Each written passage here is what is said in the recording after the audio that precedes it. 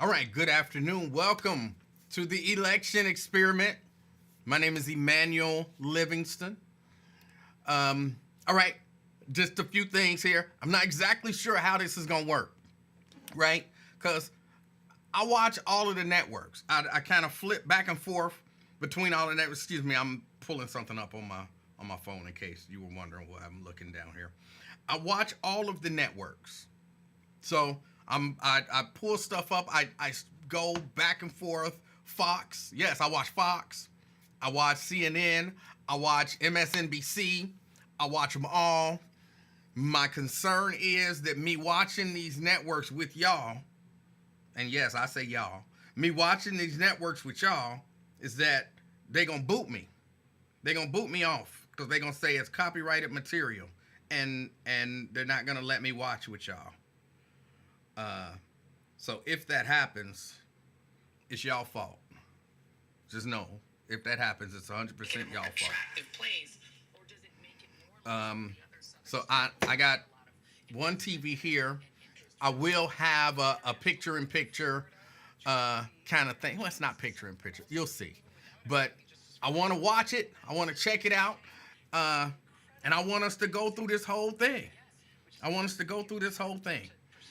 As far as it stands right now, a number of states have been called, some for Trump, some for Harris.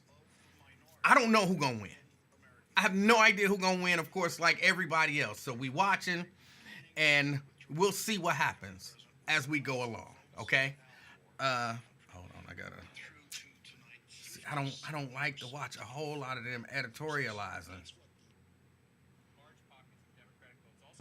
I like to see them go through and pull out results.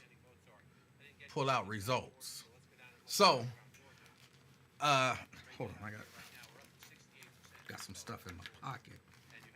So far, Trump is, well, how about we try it out again?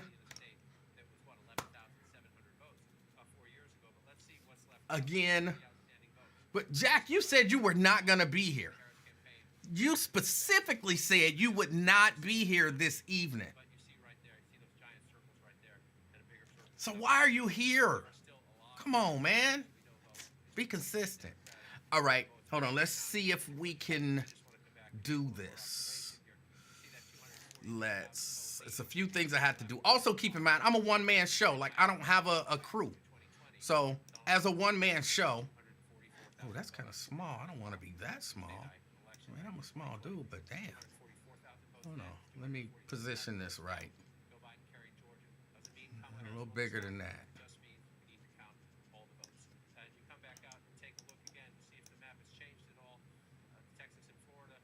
All right. All right. Now let's see. Okay, we're on CNN. Again, on this battleground here, still at 18% there. And so I'm going to do something now. This is an exercise. But you see Trump leading in North Carolina and Trump leading in Georgia. I just want to switch the map here and come over to the race for 270. Okay? This is an if. It's not it. We're nowhere near there. We have a lot of votes to count there. But why is this so important? When you take battleground states off the board, when we're able to project and call them, it changes the chess of getting to 270. If Donald Trump were to hold that, he's leading there now. It's close. There's plenty of votes still for the vice president to catch up. We have to wait and see what happens. But if Donald Trump takes those two, the vice president of the United States needs to win that. That's what makes the math interesting. She needs that 19 votes right there. Donald Trump gets that. It gets him to the finish line. So if that happens, that becomes essential. We're not there yet, Jake, but we just like to do the math in our head as we go through the scenarios. All right, John King, and CNN can now bring you a new projection. CNN projects that Kamala Harris will win the state of Delaware. Delaware, as expected, will go to Kamala Harris with its 3 electoral votes, the small wonder state. Let's take a look at the electoral vote count. Donald Trump has 154 electoral votes. Kamala Harris has 30 electoral votes. 270 electoral votes are needed to win. Let's bring you a key race alert now. In the Commonwealth of Pennsylvania, Kamala Harris has 60.4% of the vote. Donald Trump, 38.7% of the vote. Kamala Harris with a 284,000 plus vote lead, 284,000 plus vote lead, with only an estimated 19% of. All right. Again, I'm gonna switch off and on from time to time because I don't want to get booted for copyright stuff. So they're saying North Carolina, Donald Trump is in the lead with 41% of the vote in. 41% of the vote in. Trump is in the lead, of course, in Georgia. I don't know if you can hear this. I got CNN on over here, and I'm switching back and forth.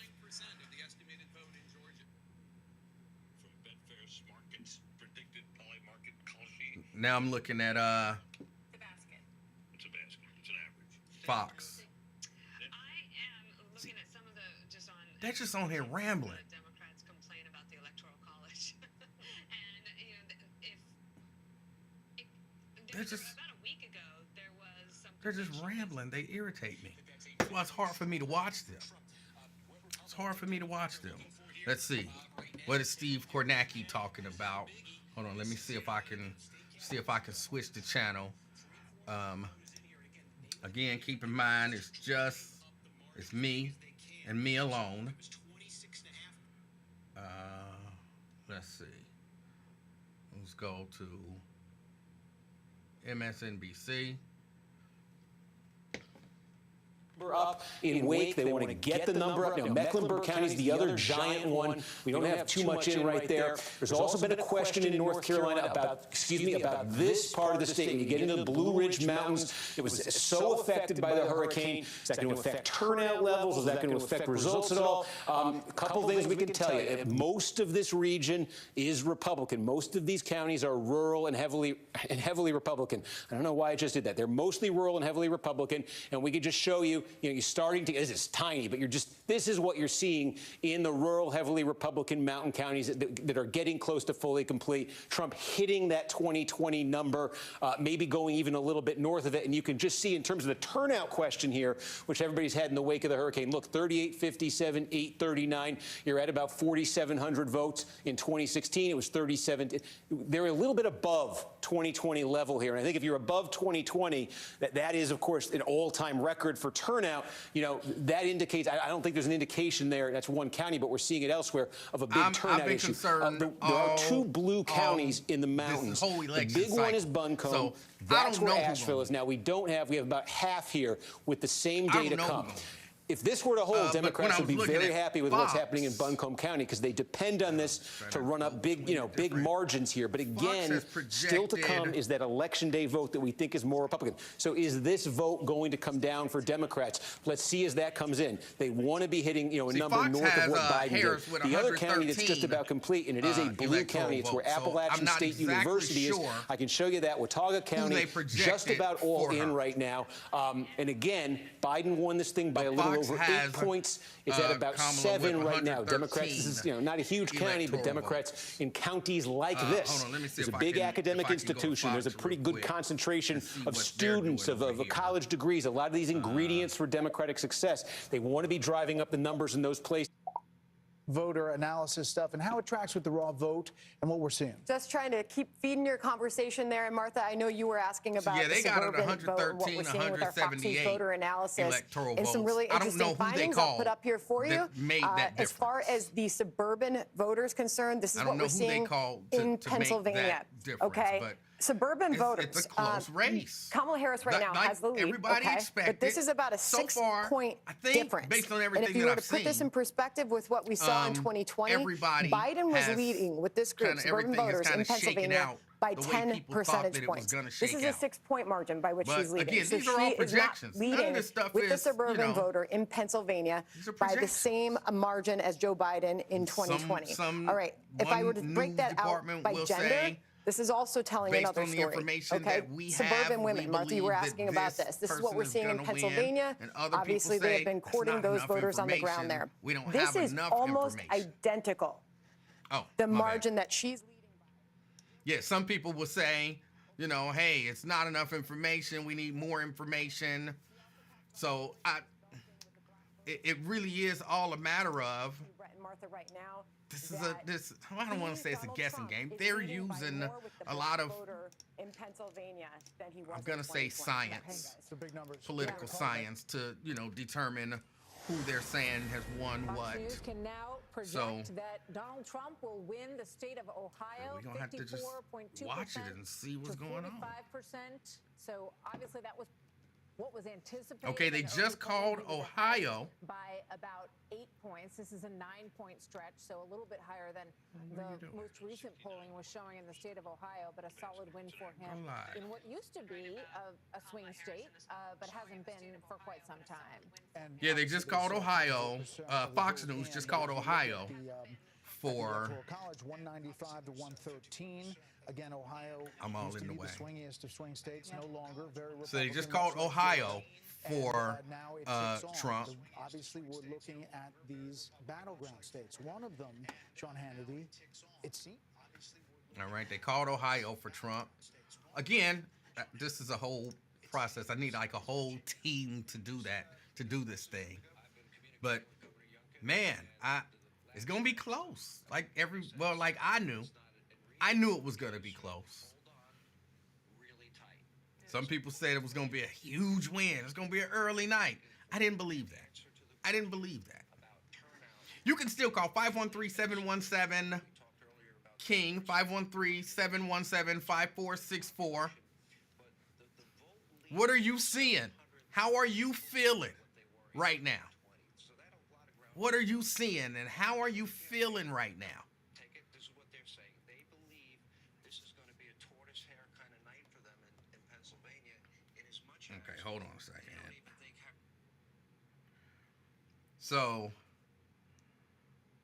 what? Colorado, Connecticut, Delaware, D.C., Illinois. Some people told me that she was not going to win Illinois because the immigrants. The people in Chicago ain't gonna vote for her. Black people in Illinois ain't gonna vote for her. She ain't gonna win Illinois because of them immigrants.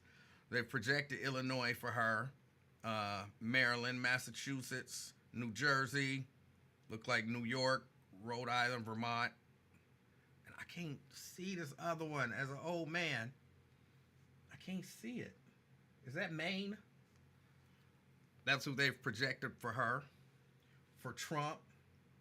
Alabama, Arkansas, Florida, Indiana, Kansas, Kentucky, Louisiana, Mississippi, Missouri, Nebraska, North Dakota, Ohio, Oklahoma, South Carolina, South Dakota, Tennessee, Texas, West Virginia, Wyoming, Nebraska 1 and Nebraska 2. Is that what I'm seeing? Oh, I'm trying to watch this stuff on a TV. I mean, on a phone. Pretty bad. It's pretty bad. Yeah, I need them. I got some upstairs, and I should have brought them down. I didn't think I was going to be reading this stuff off of no little tiny phone. I didn't think I was going to be reading this stuff off of a tiny little phone here. I have a lot of that either. I think these numbers are concerning. The numbers that Sandra's raising on the other side there, combined with what you just said, Sean, is room for concern in both Virginia and Pennsylvania. So I'm not hurting anything either. Okay. Yes, I do. I have readers. I got them upstairs. We're going to check in there on the ground with senior correspondent. All right, let's see. What else? What are they saying over there on CNN? Place like Pennsylvania needs to run it up in places like this. There's Bradford again. Pennsylvania, close. 71%. If Even in these wait a minute. counties, the early vote. There's not a lot of Democratic votes there, but a lot of it comes out. They're breaking down the counties. We need Lil Baby to help you with the results. Yeah. Yes, we do. Yes, we do. Vernon says Pillage is winning 56-44 right now for prosecutor. Still early. Yes. Brent, you failed us, man. You failed us. You were supposed to deliver Texas. You were supposed to deliver Texas. There's some Republican votes out there. You see the red dots, but the big circles are in Democratic areas. So the map is there for the vice president to recover. But even a close race in Virginia might tell you that it's a more competitive Miss Pittsburgh says, this is real bad. So don't she need North Carolina to get into the White House? And it's a whole game. It's a mathematical puzzle. You don't necessarily need North Carolina to get the White House if you get other states. So it's not if you win this state, then you win. It's not that kind of game. It's not that kind of game. Vernon says Landsman is up 53-47 with 51% of the vote in. Go back here, come back up to Virginia, and we see 49.4 and 48%. Nate says exit polls out of Georgia show Kamala got somewhere around 86% of the black vote. This means after all that rah-rah from the MAGA dudes, Trump improved by one single point. And Sierra says New York Times is predicting a narrow Trump win. But you never know how this stuff is going to break. You never know how any of this stuff is going to break. All right, hold on. Let's see. Is anybody else doing anything?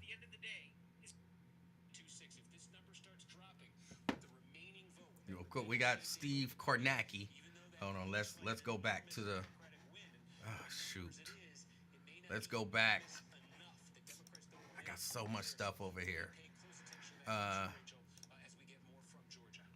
Steve, we've got a few updates since we last checked in. I don't want to watch your commercial. Let's go.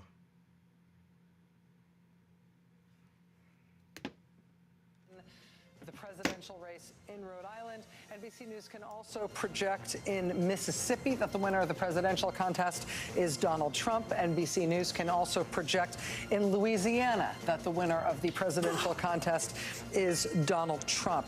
A couple of other interesting updates for you. Back to Delaware. This is a historic outcome in a House race. So this is the Delaware House seat, an at-large House seat. This is an open seat because the incumbent was Lisa Blunt Rochester, who just won a U.S. Senate seat in Delaware tonight. When she left that seat and opened it up, the Democrat running for it is Sarah McBride. The Republican running for it is John Whalen. NBC News can project that Sarah McBride has won that seat. And I mentioned that this is a historic win because Sarah McBride will be the first openly transgender member of Congress. And she has just won this seat tonight in Delaware. Congratulations to her. I should also mention it's another race that would not necessarily make national news, except for a very important piece of it that will become immediately clear to you in one moment, which is that our affiliate, our NBC affiliate in Georgia, WXIA, has now made its own call in the Fulton County District Attorney's race. Again, we wouldn't generally be following individual district attorneys' races in the national news, but this is the Fani Willis race. Fani Willis is the district attorney in Fulton County who brought the RICO prosecution against Donald Trump and a number of co-defendants. Fani Willis has been reelected to a second term and by a considerable margin by voters in Fulton County, Georgia tonight. I have one other piece of news to bring you. NBC News can now report that the FBI is tracking and investigating bomb threats attributable to Russia in Georgia and Wisconsin and Michigan and Arizona. We do also have reports of new bomb threats at polling sites in Pennsylvania. Governor Josh Shapiro says that there have been multiple bomb threats in Philadelphia, multiple voting locations targeted. All of these bomb threats are non-credible. These are hoax bomb threats. There are no bombs, but bomb threats are being phoned in or otherwise communicated in multiple states. Voting hours were extended to 9 p.m. in Clearfield County in Pennsylvania, which is in the central part of the state, because of a bomb threat in the building where votes were being counted there. According to NBC News reporting, it's not necessarily apparent to the FBI that these new bomb threats that we're just disclosing now, these Pennsylvania ones, are attributable to Russia, but they say they are investigating Russian-attributed bomb threats in Georgia, Wisconsin, Michigan, and Arizona. The FBI. All right. So they're projecting Fani Willis A few people said Fonnie Willis was done. It was over. She wasn't going to get reelected. And basically she'd be in jail by now. And, you know, a lot of stuff. A few people said that. Again, this prediction stuff is hard. 513-717-5464. I'm significantly nervous. But again, I knew I would be. This is going to be one of them kind of last minute things. I think we got about anywhere from an hour and a half until 2 hours before Donald Trump gives his victory speech, no matter what the numbers say. He's going to declare that he won. Hold on, I'm trying to pull this up. Okay, I don't want to see that. 19 points here in 20 battlegrounds as we go through. This one, again, go back in time. Okay, they're still looking at North Carolina over there on CNN. So North Carolina is in play. North Carolina is still in play. So you see these gray areas, one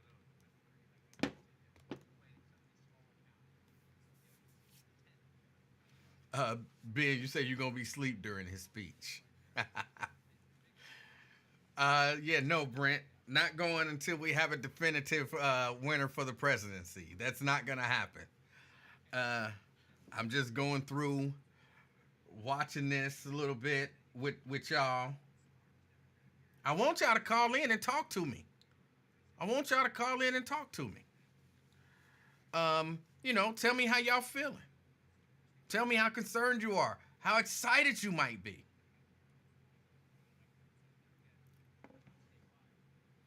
Vernon say, by this time in 2016, I was curled up in a corner because I knew Hillary had blown it.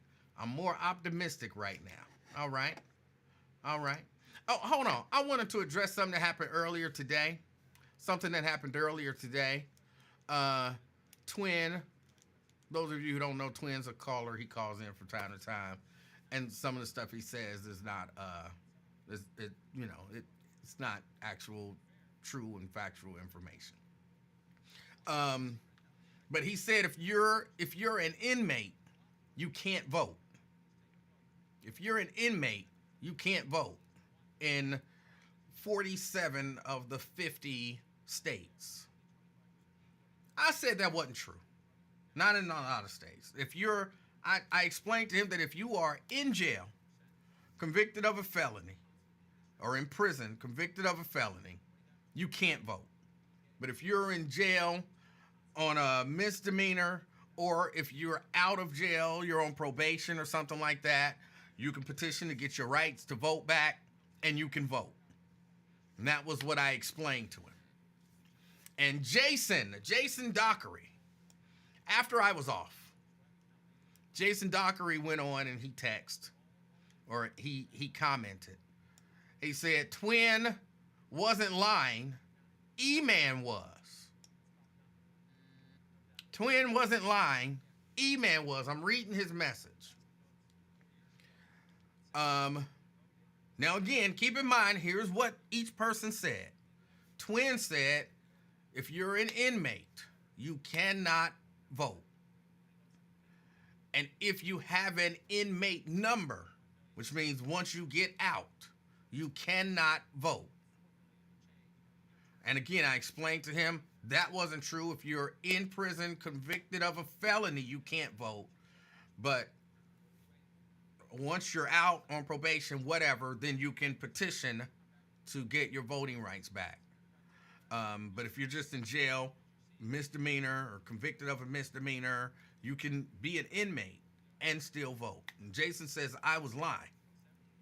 He says, Twin Joyner, register to vote after completion of sentence. A felony sentence removes your right to vote from the day of conviction through release from prison. After release, you must re-register to vote. If you go to jail for a misdemeanor, you still have the right to vote from jail. You can still register to vote in a halfway house or on house arrest. in the terms of your release, if the terms of your release from prison prevent you from in-person voting, you can use an absentee ballot or vote by mail. If you've completed your sentence but don't have a permanent address, you may use your last permanent address. If you're in jail, you must use your previous residence. You will need an absentee ballot for that location. If you don't have a current government-issued photo ID, the ACLU recommends using the last 4 digits of your Social Security number. Absentee and mail-in ballots must be postmarked and received by the Board of Elections in your county of residence the day before this election. Twin, you were telling the truth. I was at work and couldn't look it up fast enough. You said what I said. He said what I said, but said that I was lying. I bring all of this up. Why do people want so badly for the host to be wrong? So much so that even when the host is 100% right, they convince themselves that the host is wrong. Why is that? It's a thing. It's not just me. It's not just Lincoln. It's not just Wyatt. It's an actual thing that happens. Why? Especially in the case of me. I am right 99.7% of the time. Stop looking for me to be wrong. If I say something and it sounds wrong, even if you no, I know that's wrong. I know that's wrong. Just look it up and find out that you were wrong. But don't be like Jason. E-Man was lying, and then say what E-Man said. Jason, you should be ashamed of yourself. You should be ashamed of yourself.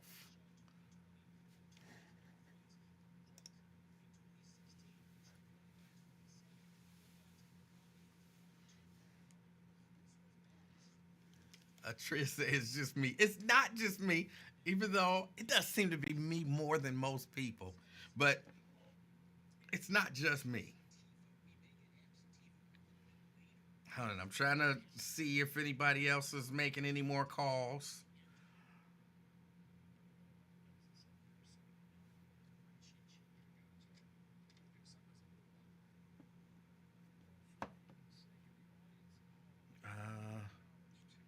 No. Georgia, 52 to 49 was that? So far.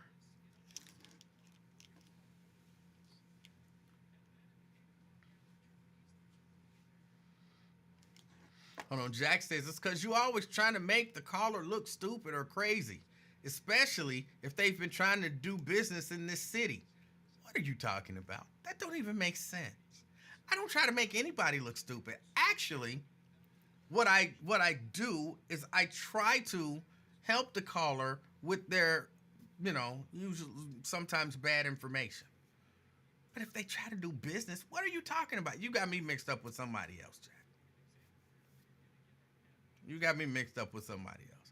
Or, which is probably more likely, you just saying stuff, like trying to get attention. Like, hey, look at me. I can say the opposite of the host. I can say bad stuff about the host, and that makes me special. Okay, you special. You special. All right, hold on. Let's see. What network are we currently on?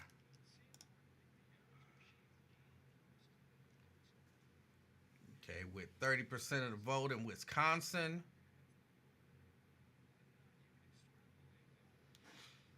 In 2020, it's not just the margin, Biden winning this by more than 50 points. It's this: Biden 260,000, Trump 78,000. That's a margin of nearly 182,000 votes for Democrats out of this county.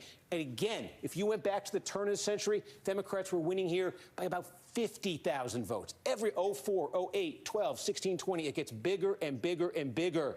Democrats want to get even more out of this tonight because, again, they're taking such hits in the rural areas of the state. Can they get this thing up to 195? Could they ever get this to 200,000 votes? Every time you think they've gotten the most they possibly can out of Dane, they get more. They're probably going to need more tonight. So, again, a third of the vote in there right now. Let's see that one as it starts to develop. But seeing that in Wisconsin overall now, again, 10% or so in statewide, 13% now, and that's what you got in Wisconsin. Steve, thank you. We're going to go now to Jacob Soboroff, who is standing by in Philly. And Jacob is actually with the Philadelphia City Commissioner, who is in charge of running elections in that city. Jacob, over to you. Yeah, that's right, Rachel. This is Seth Bluestein. So there are 3 Philadelphia city commissioners, all of them responsible for administering elections here in the city and county, same jurisdiction, at least same populace in Philadelphia. There are 2 Democrats and 1 Republican. Seth succeeded Al Schmidt, who is now the Secretary of the Commonwealth here. You were the Deputy Commissioner to Al Schmidt, who became very famous when former President Trump was attacking him in the wake of the 2020 election. First thing I want to ask you about, sir, is former President Trump did put out a message on Truth Social this evening, said a lot of talk about massive cheating in Philadelphia, law enforcement coming, triple exclamation point. Again, a lot of talk about massive cheating in Philadelphia. This is former President Trump. Your response, please. Well, it's absolutely not true that there was massive cheating in Philadelphia. Voting in Philadelphia was safe and secure. We worked very closely with the RNC and anybody else who had any complaints throughout the day to address their concerns. We had open lines of communication, and voting in Philadelphia went really well. And so just to put a fine point on it, the allegation of cheating by former President Trump in Philadelphia is false. Is that what you're saying? It's absolutely not true. Okay, let's also talk about safety and security here. This is the main ballot processing center for the entire city and county of Philadelphia, where we are right now. You had told me earlier this evening there were some bomb threats here in Philadelphia at or around polling places. How many? What's the nature of those threats? Did it affect people's ability to cast votes tonight? Yeah, there were concerns at about 10 polling places right at the end of the day. One polling location actually needed to be evacuated for a short period of time, so voting was extended there for about 23 minutes. Okay, and just finally this evening, here in Philadelphia, I know that the mail-in ballots, you all don't process any ballots here. Steve Kornacki was talking about this until 7 a.m. this morning. Those ballots and that tabulation, that processing is underway right now in the building behind us. What's the status of the count? When are we going to have a result here in Philadelphia? Yeah, so in our initial release, right when the polls closed at 8:01, we had 115,000 mail ballot results that got posted. Over the next couple hours, we'll have in-person results coming in, and then we'll do another release of the mail ballot results right before midnight. Ultimately, when the process is done, isn't really up to us. It depends on the margin of the election. Right? The so voters if it's closed, this might go into tomorrow. It absolutely could. And just finally, I know that you had threats against yourself in 2020 at a police detail. What's the nature of that now? Any threats against you or your fellow commissioners? We're keeping an eye on the threat environment. We don't have anything specific at the moment, but it's definitely a possibility. All right. Hold on, got a call coming in. Caller. Emanuel. Yes. It's Janice. Hey, Janice. Yeah, I'm watching this, and I'm very, very nervous. Yes. Does it, based on what you're seeing and just your gut feeling, do you have a gut feeling that she'll pull it out? I know you have a desire and a hope. I'm feeling very discouraged right now. I don't feel very enthusiastic. But of course, MSNBC is not projecting the right electoral college numbers. Have you noticed that?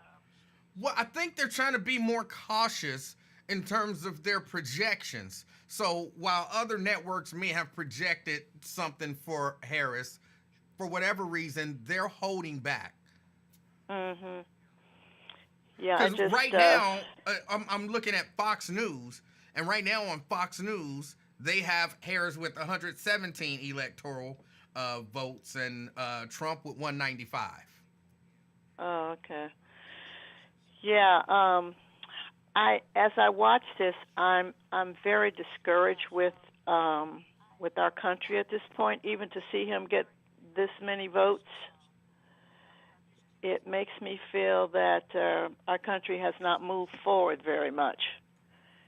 To have listened to him and his vile rhetoric, and then still vote for him, it gives me. I just feel kind of discouraged about the state of our country. Yeah, I don't. Again, I'll be honest. I don't understand. I understand people who are, like I said, if you're a racist and you're Right. voting for him, I get that. That makes perfect sense. Tracks, as they say. If you are like exceptionally wealthy and you're voting for him, that makes sense to me. Other than that, I don't understand. I genuinely don't see whatever it is that these other people are seeing. I don't either. Because I've listened, and I try to be very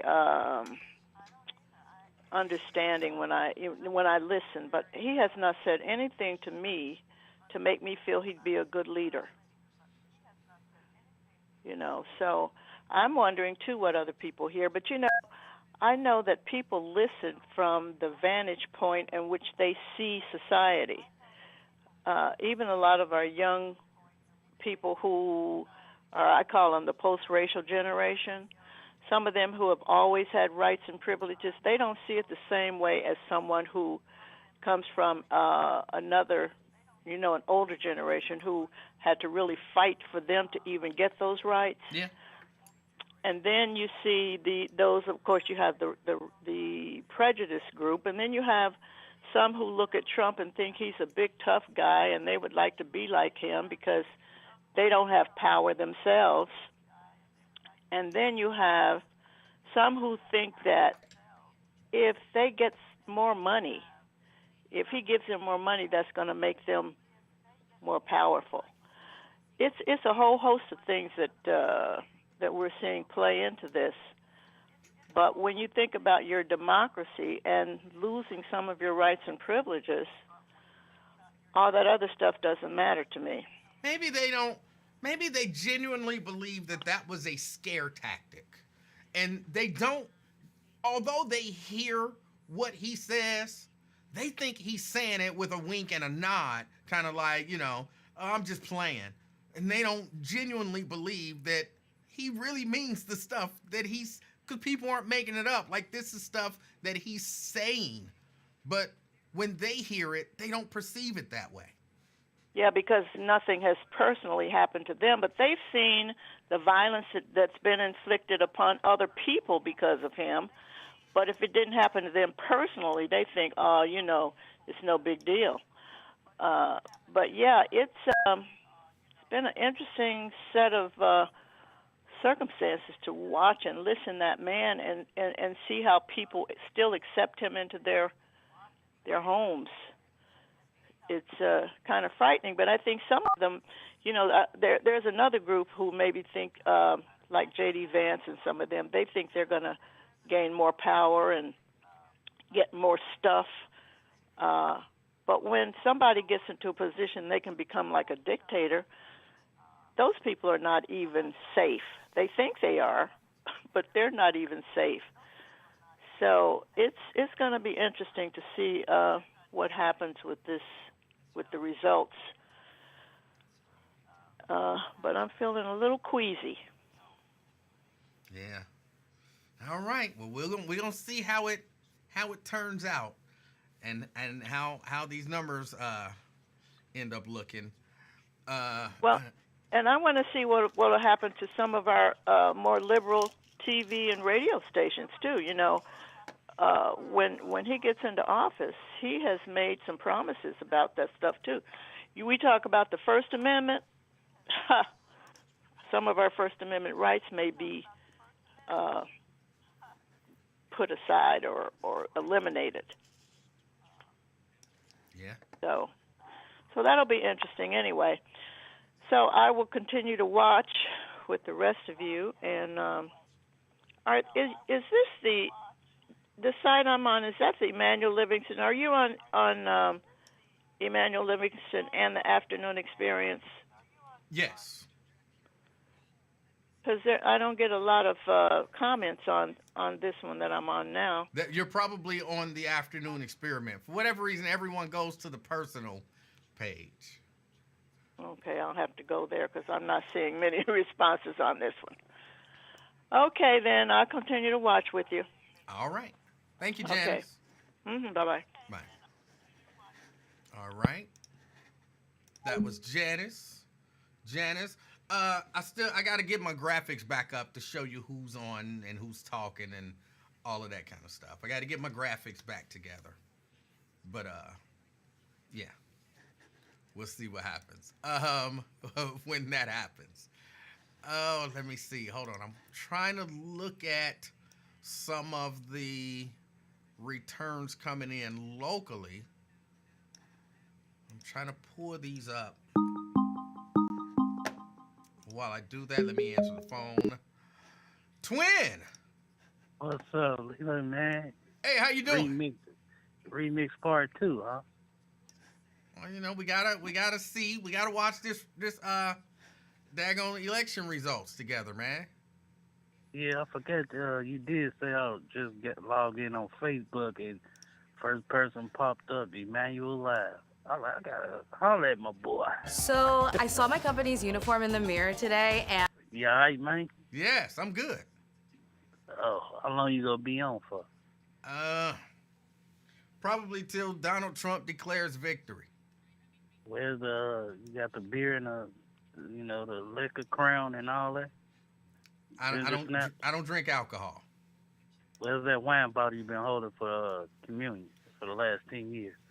My wine bottle was right here. Pour me a shot there. I'll be over. I've only had that wine bottle for what, a year or so. Yeah, I remember you telling me pull out your back pocket.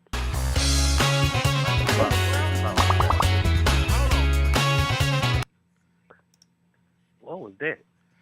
I'm trying to pull up election results, and it's going to who winning? Huh? Who winning? Well, right now, it looks like Trump is leading in the Electoral College votes. What do you got? Well, it all depends on which news network you're watching. I ain't watching none. I'm outside. Give me a fresher breath. I don't mean you, like the specific you. I mean the general, which network a person is watching. I'm saying, what's the lead? But that's what. According to CNN, Trump has 154, Harris has 81. Oh wow. What's that? 270 to reach the top, right? 270. You remember it was like that back in what was that? 2016 when Hillary was up around this time, I believe. And I went to sleep. I was like, yeah, she got this. Man, I woke up and then it was Trump that declared a win and whatever. So I don't know. Some states.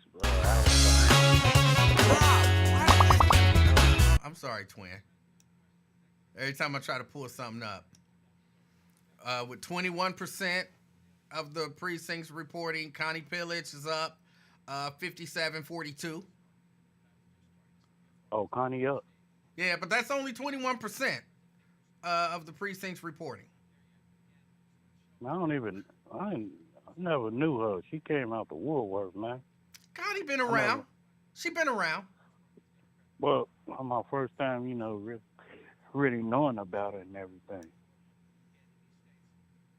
What about Honey, I'm so sorry. That's a new record. Hold on a second. I don't know why these commercials are pop. Well, I know why, because they're commercials, and I'm on somebody's website. You said you want to know who what? McDuff or whatever. Is she in the league? The sheriff. Hold on a second. Let me see. Hamilton County. What? Hold on. I did see early Sheriff Brown was losing, though.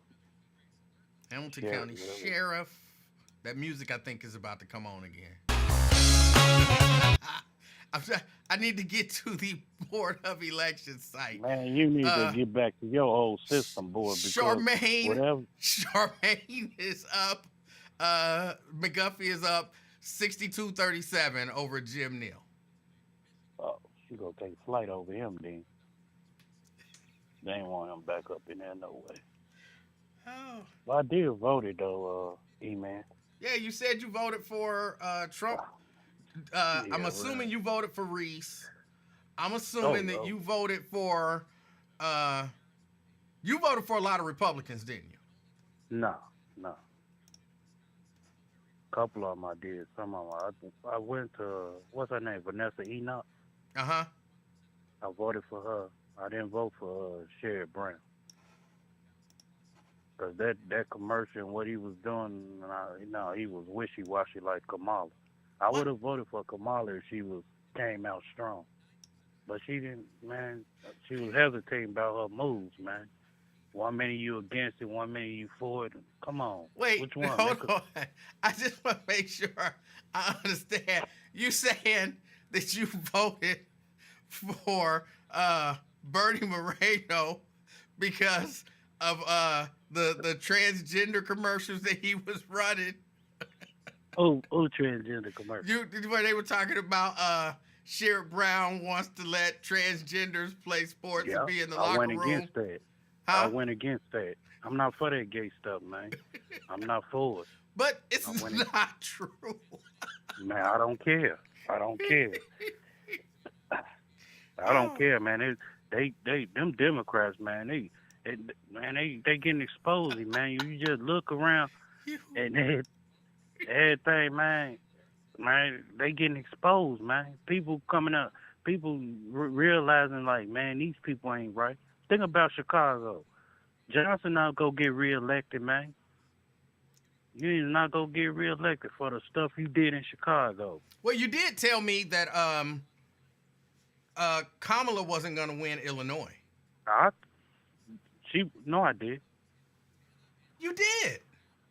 Oh, she gonna win. And Illinois is almost a Democratic. That's what I was telling you when you were saying that. It's really not. But when you get to Chicago, she getting up votes out of Chicago. That's a Democratic city. But you were telling me that wasn't gonna happen because of the immigrants. Remember? I probably yeah. I think so. But still. He not gonna win 2025 whenever that mayor thing come about. He's not gonna win Chicago. I hate to say it, he's not. People gonna hold him accountable for what he did to them, the city of Chicago and the hood and everything, and putting them immigrants up in a school that was shut down years ago and opening it up. They gonna hold that man accountable, just like Sugarfoot.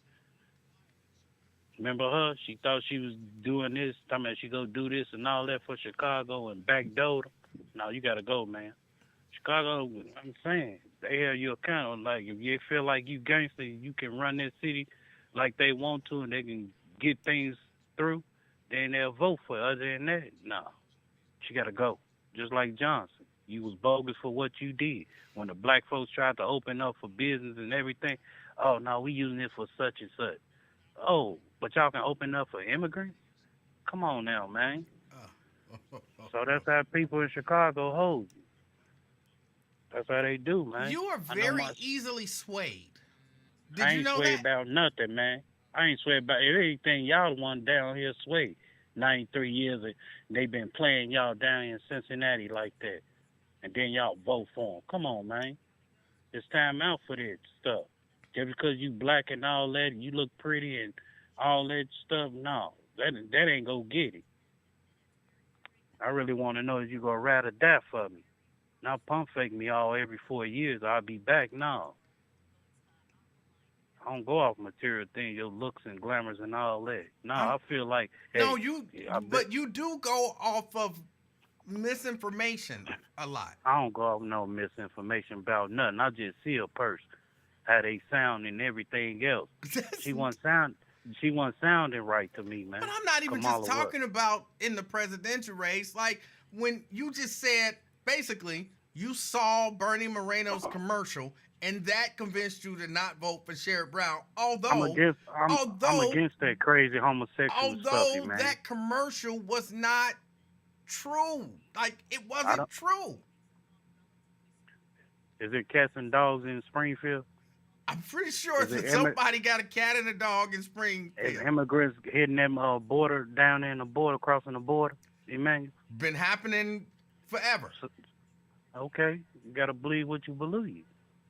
And if you see it and stuff, you just can't go up. But if you see it for yourself, like I was tripping. I'm like, man, ain't no immigrants. I mean, I know immigrants. They've been doing it for years since I was little in Chicago. But to see it yourself, like, Emanuel, I swear, man, on my mama head, if you go to Chicago, man, you would never thought in the area, Inglewood Park area, that the immigrants would be right there. Man, I was in there with my sister in the car with her. We get to the stop sign. Next thing I know, dude come from nowhere. Mexican. Hey, let me watch your car, buddy. I barely can understand what he was talking about. Then you got people lined up, man, like they catching a bus. Whole immigrants begging and asking for food and other. I'm like, man, this ain't never happened. Wait. And hold on. I want to understand. So your concern with this is what? Just that they're there? No, I mean, you would never thought it say they saying it on TV, right? But to actually see it for yourself, like, damn, Trump won line. It is immigrants. I mean, you'll think you're in another country, man, because, like, me growing up in Chicago, I grew up around Latinos, Mexicans, and everything else. Right. I ain't really grew up. But, Emanuel, to see them like that, Emanuel, they farther, like I'm in the middle in Chicago, Inglewood. You go farther west, then you'll run into the Mexican, Latinos, and all that. But they ain't never been around no 83rd, 79th, and all that. Man, them shooting grounds around there, that's the hood. They ain't never been around there. You'll think like, man, I'm in Mexico or something. The way I looked at it, and when I drove up, me and my sister, I'm like, what the heck? I ain't never seen nothing like this. Mexicans don't even come over there, man. They got their little territory, 47th, 22nd Street, 35th. I ain't never come around there, man. So it's crazy how it is. You know what, Twin, you might be on to something. Because, I was in Avondale. And what you saw? I was riding down the street, and I saw some Mexicans, bro. In Avondale. No, real talk. Like I was in Wind Terrace, and I'm leaving my sister's house or whatever. Man, I seen five families, man, Mexicans in Wind Terrace. You would never thought no damn Mexican Unheard of. no damn Wind Terrace. Unheard of. And you would have never thought that you would see a Mexican in Avondale. Bro, right. They taking over. Just walking down the street. What he doing walking down the street? Right. And then I go to Williamsburg Apartments right there on Galbert. It's been a damn old Nigerian took over there. And then go to Lockley. Oh, my God. Bro, let me tell you, I was crazy, in Clifton, man. and I saw a Nigerian. You said what? I was in Clifton, and I saw a Nigerian. Man, you on that mess, man. I'm being talking honest. real talk. No, for real. I'm not making it up. Come on, man. You trying to be funny. Come on, man. I'm being dead serious. Bro, I'm telling you. I would, and I know you think I'm joking because you figure what? I don't know what a Nigerian look like. When I was in... No, because you always joking. No, when I got out, my first roommate, we had an apartment together. He was a Nigerian dude. So, you know what I'm saying? I knew him. Your roommate? You saddling up with a roommate? Yeah. Were you in college or something? Bro, I had just came back from college, and needed an Why apartment. ain't start out with a female? Needed an apartment, and he needed an apartment, and so we got a 2-bedroom apartment, and we split the rent. What's wrong with that? Why ain't go get? Two Why ain't dudes get no and female? we was 2 young dudes in our 20s, early 20s, and we both needed somewhere to live, and we got a 2-bedroom apartment, and we split the rent. Why ain't go stay with your brother or your parents or something? Bro, we were 2 young men. We got an apartment, and we split the rent. There is nothing wrong with that. You sound a little strong when you said that. 2 young men. Hey, man, just... Hey, man. But anyway, you're missing the point. Ain't excited when you said that. You're missing the point. The point I is... know what you said. The point is... Man, I know hey, a I'm Nigerian slow, when I play see a all Nigerian, the time, but bro. I'm like that. And I was in Clifton, and I saw a Nigerian. All right, man, you be trying to be funny, but no, it just when you, it was just so like, man, you would never Mexicans thought it in would happen. Avondale and Winton Terrace, Nigerians in Clifton. I don't know what the country is coming to. You ever heard of a starting point and an end point? I've heard that, yes. Yeah, it's got to come to an end, man. It's got to come to an end, man. Jesus on his way. He on his way, man. Hate to say it. Just got to be living right. People don't want to believe it, and, don't believe in that white man and all that Bible and all that is, and they just trying to get you. And well, that's your belief. But what we gonna do? Next thing you know, is gonna be 2 Mexicans in Avondale. Then there's gonna be 3 Mexicans in Avondale. Man, we accept them like we accept these roaches around here. Can't get rid of them. We gotta figure something out, man. Ain't nothing to figure out. Hey, then they put on that stamp, land of the free, home of the brave. Then they say that, Emanuel. People don't do they say got that. welcome? Don't they got welcome signs around in your house and all that? No. They got welcome signs on buildings and property and everything else. They say land of the free. So you can free whatever you want to. Get off that plane and come over here. We got a job for you. We got assistance for you. Come all at your boy. Hey, they open the floodgates to that. I'm not discriminating against it. It is what it is, man. No, we not discriminating against them. We just don't want them here. I mean, it is what it is. Hey, you could. I mean, he talking about getting rid of them. How? How you gonna get rid of them, man? Trump say he gonna deport them all. I deport us too with them. Since y'all don't like black folks, put us on a banana boat with them. I'm confused now. Man. He talking smack, man. He ain't gonna do that. Trump about to, you know what he about to do? What? He about to pump that gas and give it to his rich folks. He gonna look out for it. He gonna throw us a dog bone. He gonna look out for the blacks. I believe that. He gonna look out for the blacks, man. But them people that crossed him, he getting rid of them. You said what? I'm very confused now. I'm saying he gonna look. He gonna throw us a doggy bone. I believe that. Okay. He gonna look out for the blacks, man. But them rich people, he go pump some gas in their car. What he gonna do for the blacks? He go throw us a doggy bone. What in what form?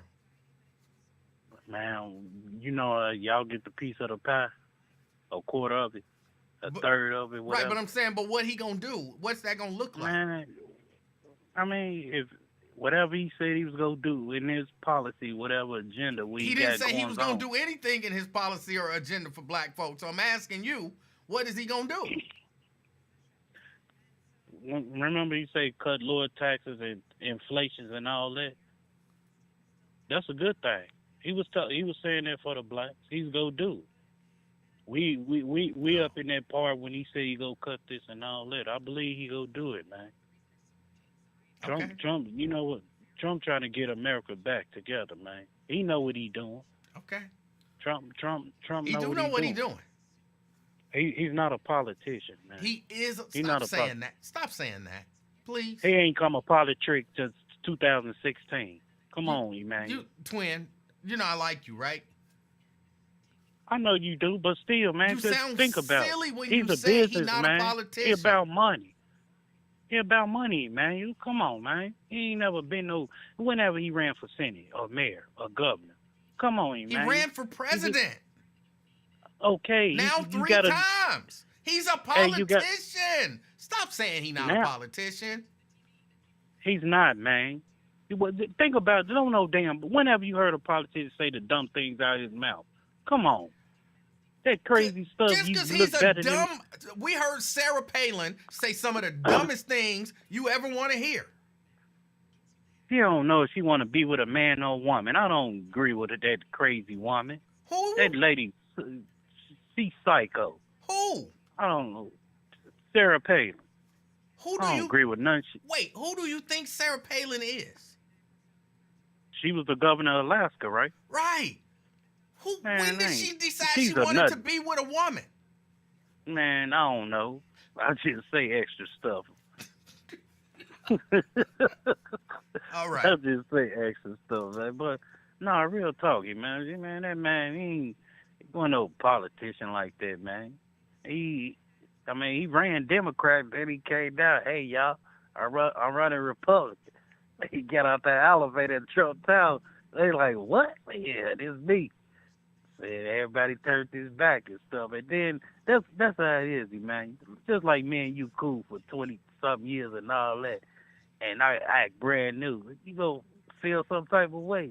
Like, we used to hang together. We used to do this. And that's how it is. Arizona, Georgia, Michigan, Nevada, Pennsylvania, and Wisconsin. CNN is saying those are all too early to call.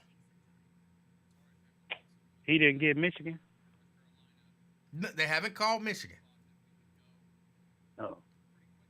Well, we probably won't know the fully reserves till what? Probably Thursday morning.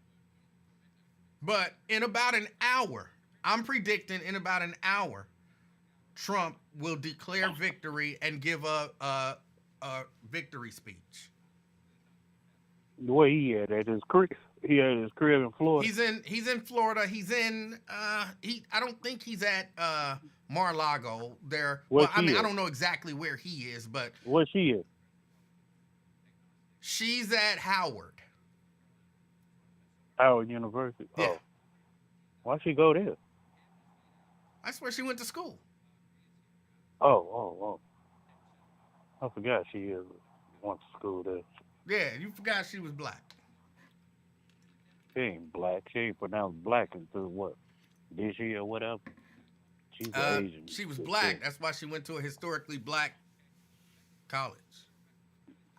No, I guess. What else new, Emanuel, before I get on your nerve? Well, all right, Twin. Hey, I appreciate you calling, man. I hope that you're wrong about almost everything that you said. You said you hope I'm wrong. Yes. About what? About Trump winning, and all that other nonsensical stuff.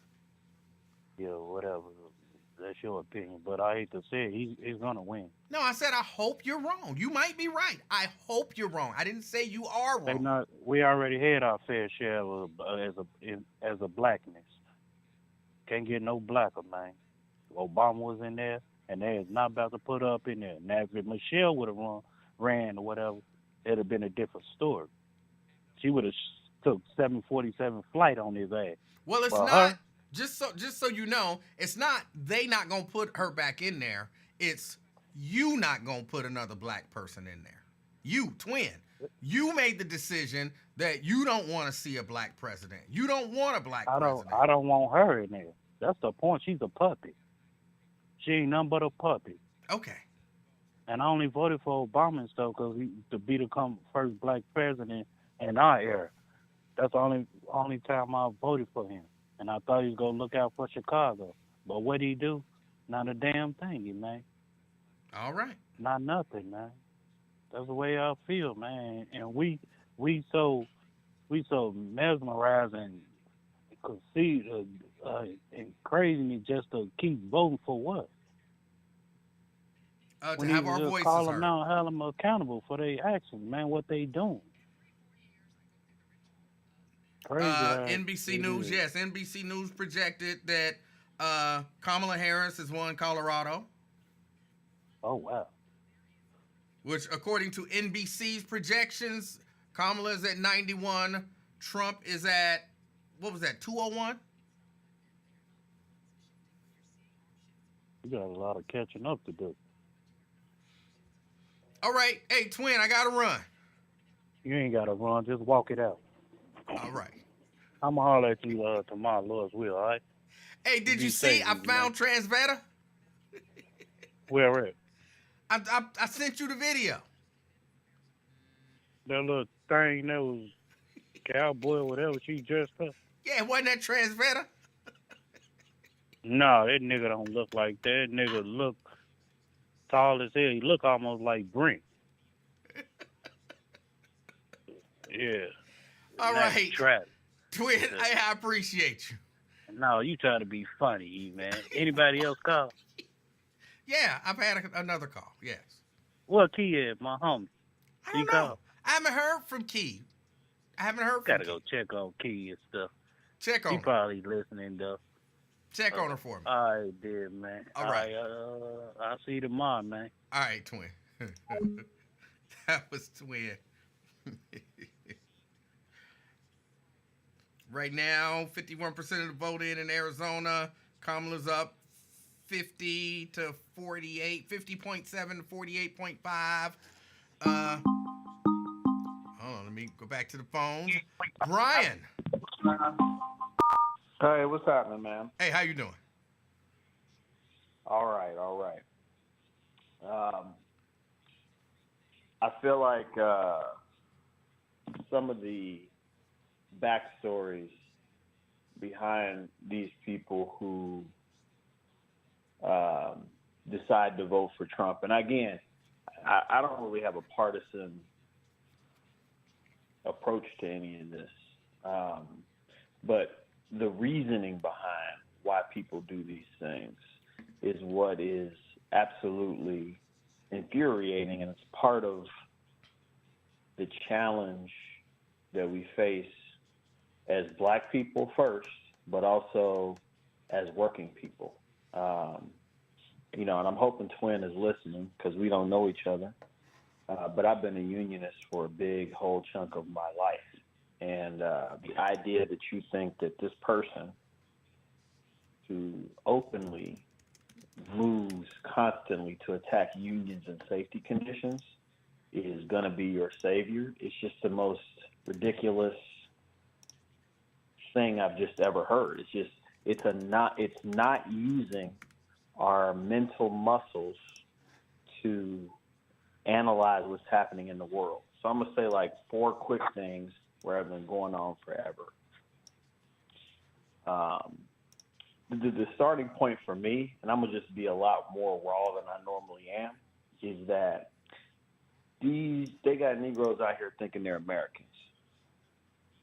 That's the bottom line. And the default values of America are white nationalists. When I say that, I mean underneath all of it, with fake religious stank on top. You're for democracy, but against people being able to say, love, and be whoever they want. You're against gay rights, but you're cool with oogling over Arnold Palmer. It's just a bunch of hypocrisy. All these things where people, it's the reason why it doesn't matter what Trump says is the same reason why it doesn't matter how racist these individuals who, whenever I see an American flag flying now, I assume the person with it is racist. If you're wearing clothing that has an American flag on it, I don't mean like Benetton or some fashion thing where you just kind of have a flag on, but and it's maybe monotone colored or whatever. But if you're wearing a flag that's a designer thing all over your body, I'm assuming you're racist. And you don't see, again, I'm not a Democrat. I consider myself a Marxist, actually. But you don't see the more traditional party supporters on either side think claiming and owning like they own the American flag and own this thing, you know, America. But when they say about bringing back, they want to bring back the unfettered values of racism and bigotry. And I just don't see how people cannot see that.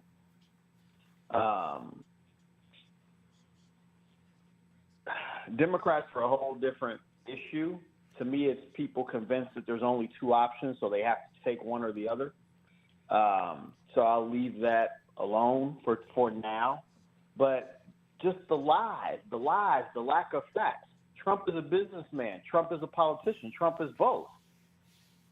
A failed businessman. Like, how many times does it have to be, like, the fact that he was born with wealth, barely manages that wealth, and is actually probably, if you looked at the real value of his actual worth, is probably less than what he started with, his estate. These are just facts. I just don't. And then just the last thing, I don't know who said it, but a woman who was on the show, or I can't remember if she wrote it or if she said it on a call, but said that we haven't gotten very far. Yeah, she said it. She called. She said we hadn't gotten very far. And I want to take issue with that. As somebody who's probably one of the loudest screaming, I've got a pretty good resume when it comes to fighting back against things going on against us, not just as black people, but as working people in general. But when she says we haven't gotten very far, I would take a different perspective on this. All right. I would say that we have made tremendous progress. But the problem is too many of us believe that once they're codified into a law, or once they get voted on and written onto a piece of paper, somehow it's secured. And the fact of the matter is all of these gains and rights that we have fought for and died for in blood over decades and decades and scores of years are temporary and contingent upon what those in power think they must maintain to keep you clocking in at work. And underneath all of these rights that and this is the last thing I'll say, underneath all of these rights that we gain and try to hold on to lies the still unresolved reaction and racism that came after slavery during radical Reconstruction that has never been reversed, never been eradicated, and never been addressed. And as long as that underpinning of enslavement of black people is never made right, as long as we are never made whole, America will always be the center for racism and white nationalism on earth. So anyway, that's my take on this stuff. A few people have sent in messages while you were on, and of course, you know, your vote is your business, but they want to know, did you vote? And if so, did you vote for Cornel West? I did not vote for Cornel West. I have issues with Cornel West. I did not vote with Cornel West. If I was going to vote for someone of a similar political ideology, I honestly don't believe that there's anybody like that running this time around. But the thing I will say, because I know people will be just mad out of their minds or whatever, is like, that's great that every 4 years you feel compelled to, quote unquote, as all the commercials say over and over again, exercise your power at the polls. But I'm on the ground every day organizing people to fight for their rights on a daily basis and helping to build fighters of the future when I'm underground and dead. That's my calling and personal responsibility that I feel I have. So, you know, people don't like that, but it is what it is. So, are you saying that you did or you did not vote? I'm saying I did not. Okay. I'm saying I did not. I don't feel that. I don't feel like I honestly had a choice between these two candidates, because I feel like the lives of people who look like me abroad. I feel like the Republicans attack us at home. They centrally focus on going after our rights at home. And I feel like the Democrats systematically go after the rights of brown people abroad. And say what you want, but I just will not support those who, and I get people make a tactical decision. Even though Kamala and Biden supported the continuous murderous assault on Palestinians, Sudanese, and so on, that you're making a choice. I get it. I'm with you. I support you in that way, but I can't. My principles won't allow me to do it. Can't do it. All right. Hey, I appreciate your call. People were asking. I figured I would ask you. No, they got it right. I'm sure I'm gonna get blasted in chat, but hey, I've held to my position through many, many years, and you know, I can go into other things, but again, I want to hear other people, so I appreciate it. All right. Hey, I appreciate your call. Yeah, no doubt. All right. All right, that was Brian. NBC News just projected Ted Cruz will be returning to the Senate. They projected Iowa went to Trump. So, and it sounds, you know, what is he at? 207 to her 91 based on NBC News projections and a few others. Hold on, let me see. CNN has it.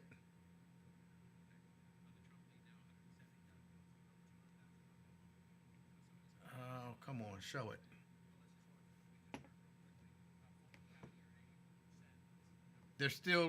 CNN's still really focused on Georgia, which is a big one.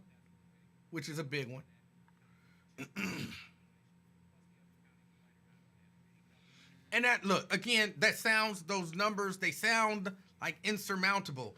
But what is California? How many electoral votes does California have? Is it like 50?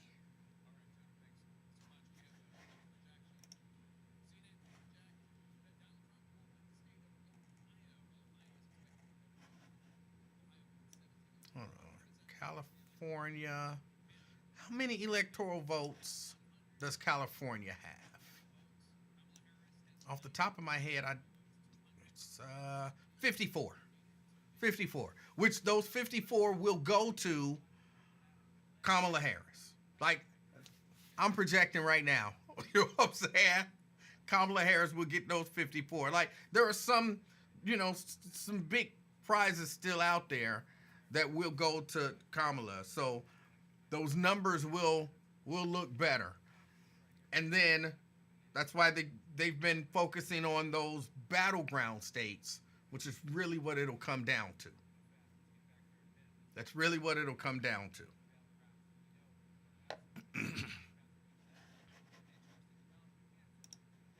So while I know, looking at those numbers, talking about getting to 270, sounds insurmountable. Dina says Texas has 40. Where is she with them? They've already projected Texas to go to Trump. That was early on. They projected those for Trump early on. So that's included in that 195 or 207, depending on, because CNN still has it 195 to 91. And again, it's editorial decisions, looking at numbers, exit polling, and things of that nature. And someone in there has to say, okay, we're going to call this for this candidate, and we're going to call that for that candidate.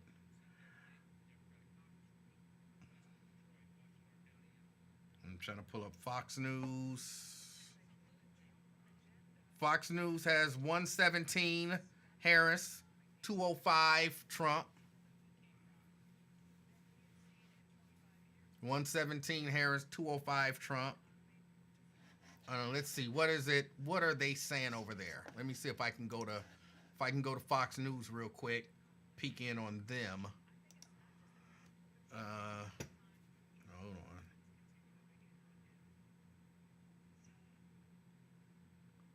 Let's see.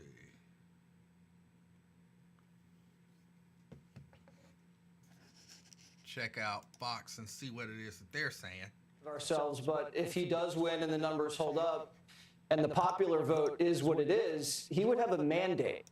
He would have a diverse winning coalition that he would then be able to govern with. The House, he got both the House and the Senate. He would probably have the Senate. Maybe he doesn't have the House, but that mandate would have to be respected. So it would be up to Democrats and the media to determine how's their posture going to be towards a seemingly very popular president who's had the greatest upset victory, followed by the most controversial election, followed by the greatest comeback victory we've ever seen.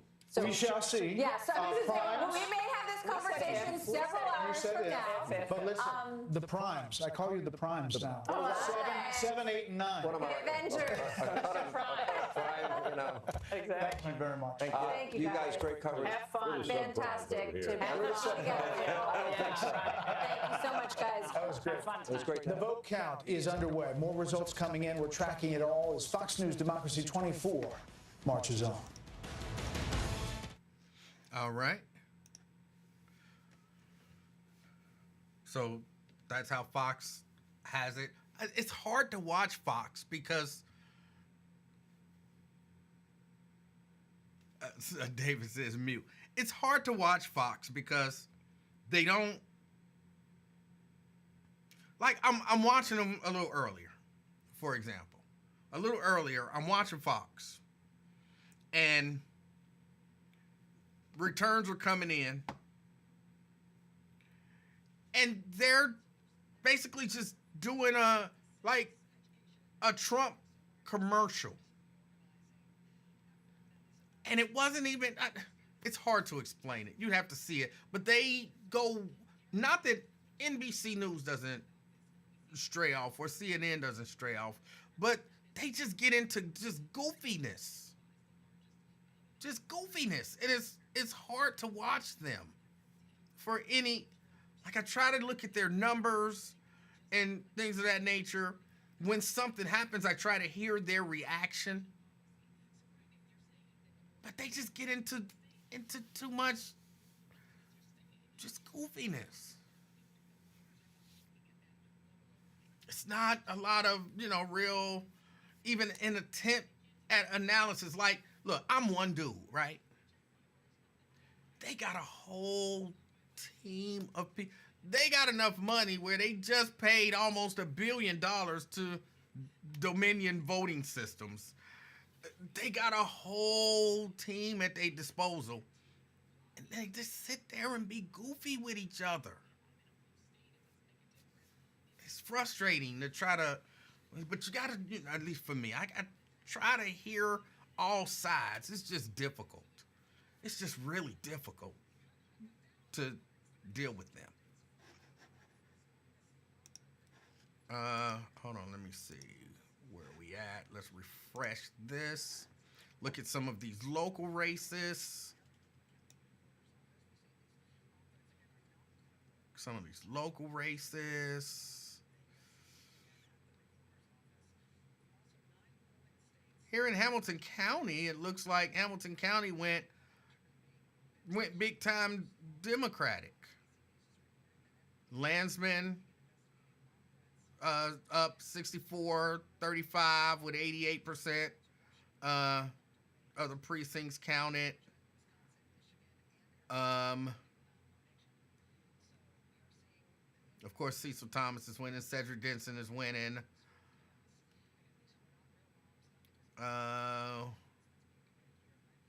Democrats are doing really good. Alicia Reese is handily winning her race 54-41. In terms of votes,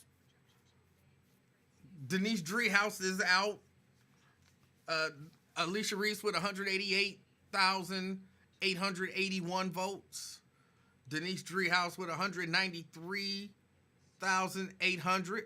So in terms of numbers, in terms of vote numbers, Denise will, if it continues to go like this, they'll both win. But Denise will have gotten more votes, which is kind of what I thought I'd see. I remember Nate asked me about that earlier today. And I said, yeah, that's probably the way that it'll happen.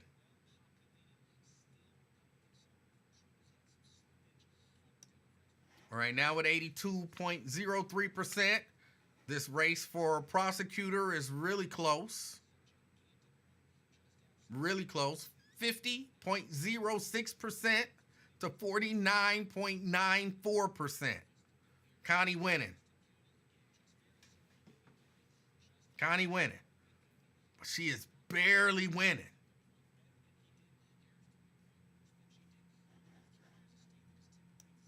Again, that's 82% of the vote in. Let me hit refresh and see if this is updated at all.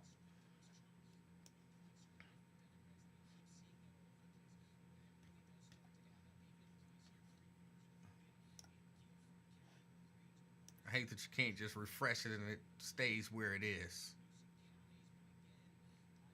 Yeah, still the same.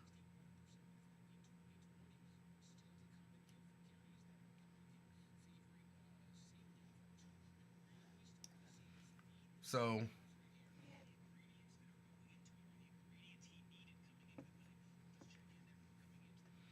North Carolina, 83% of the vote in. Harris is up. He went a little too fast for me to see the numbers. In Georgia with 80, is that 86%?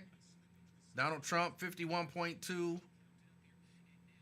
Kamala was 49 point something or 48 point something.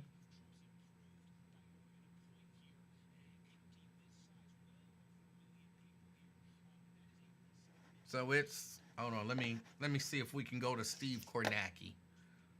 He's breaking down what's happening in Georgia. Hold on.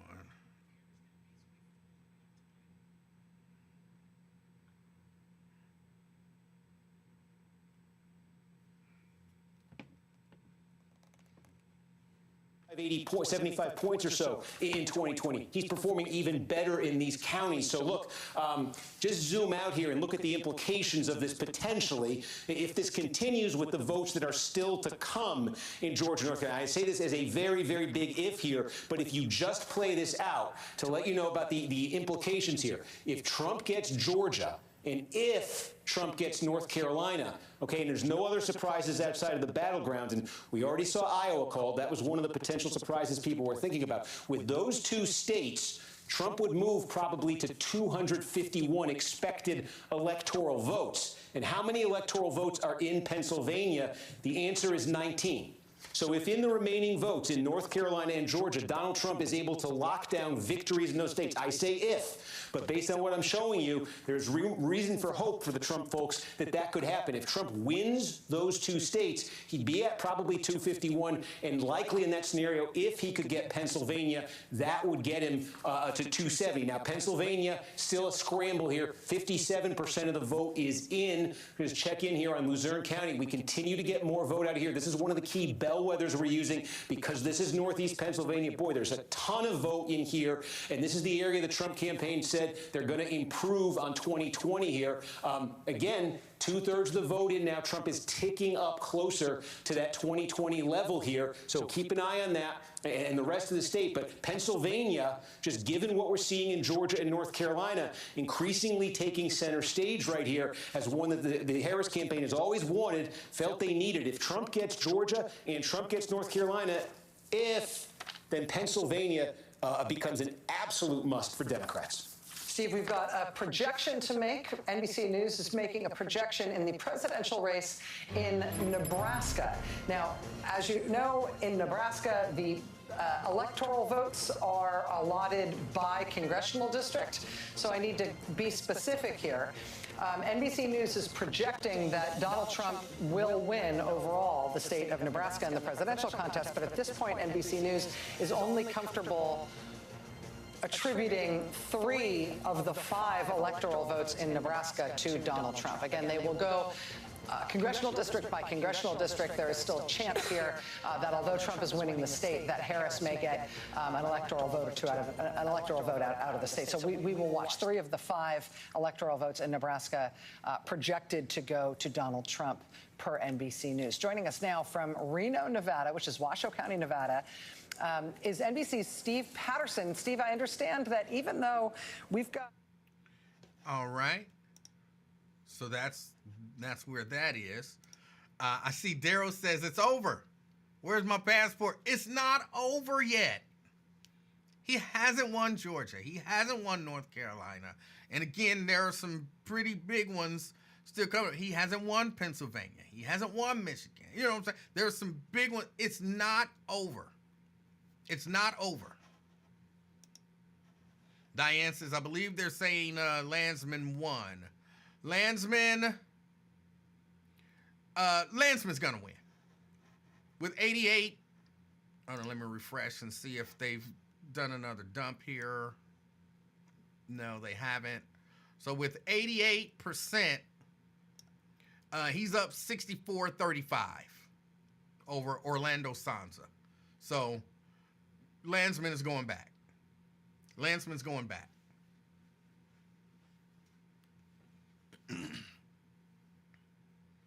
Sierra says, I'm nervous, y'all. It's nerve-wracking. It's nerve-wracking. I'm predicting in less than an hour, no matter what those numbers say. In less than an hour, Donald Trump is going to claim victory. He's going to say, I won, and he's going to give a victory speech.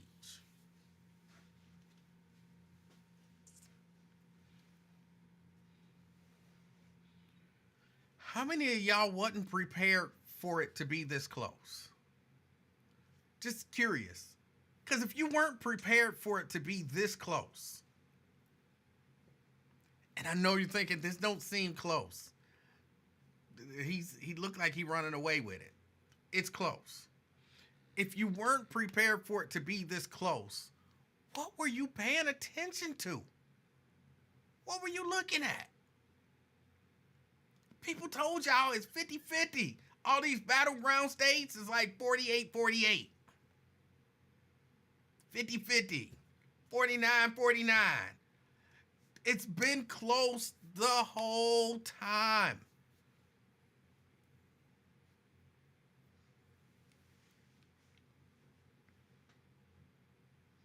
Rick says it don't look good for the home team.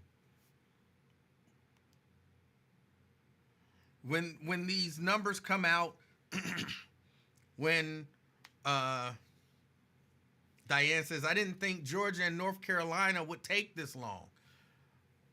But they told you that it was tight. They told you that it was a toss-up. It could go either way. And just paying attention to the energy in the country. Because, again, I'm not a big poll guy. I like the way that sounds. I'm not a guy who believes in polls. I'm a big poll guy. Modesty, but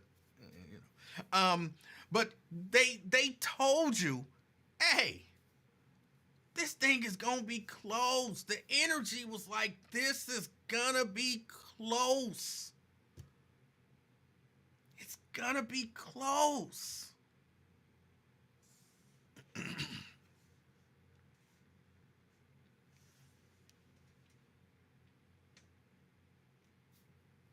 Nate says it's really looking good in Michigan and Pennsylvania.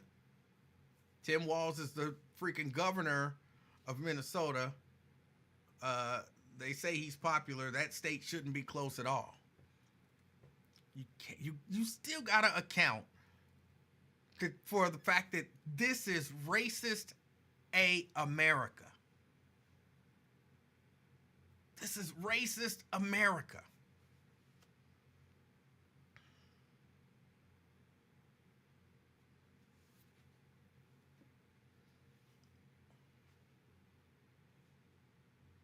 You can like Tim,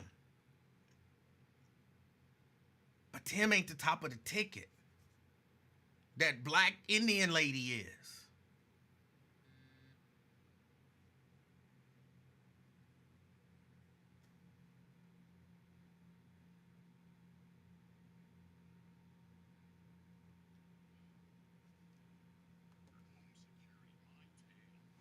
Yeah, that black Indian lady is. I liked him. But he won't be the president.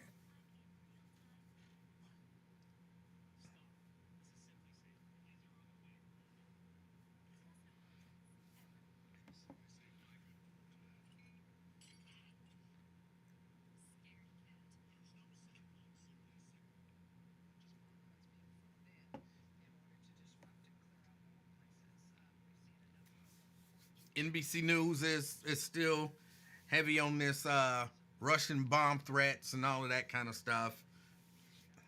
At this point, it is what it is. I mean, let the FBI and whoever deal with whatever it is they have to deal with, but I don't know that you can blame Russian bomb threats. If not the Russian bomb threats.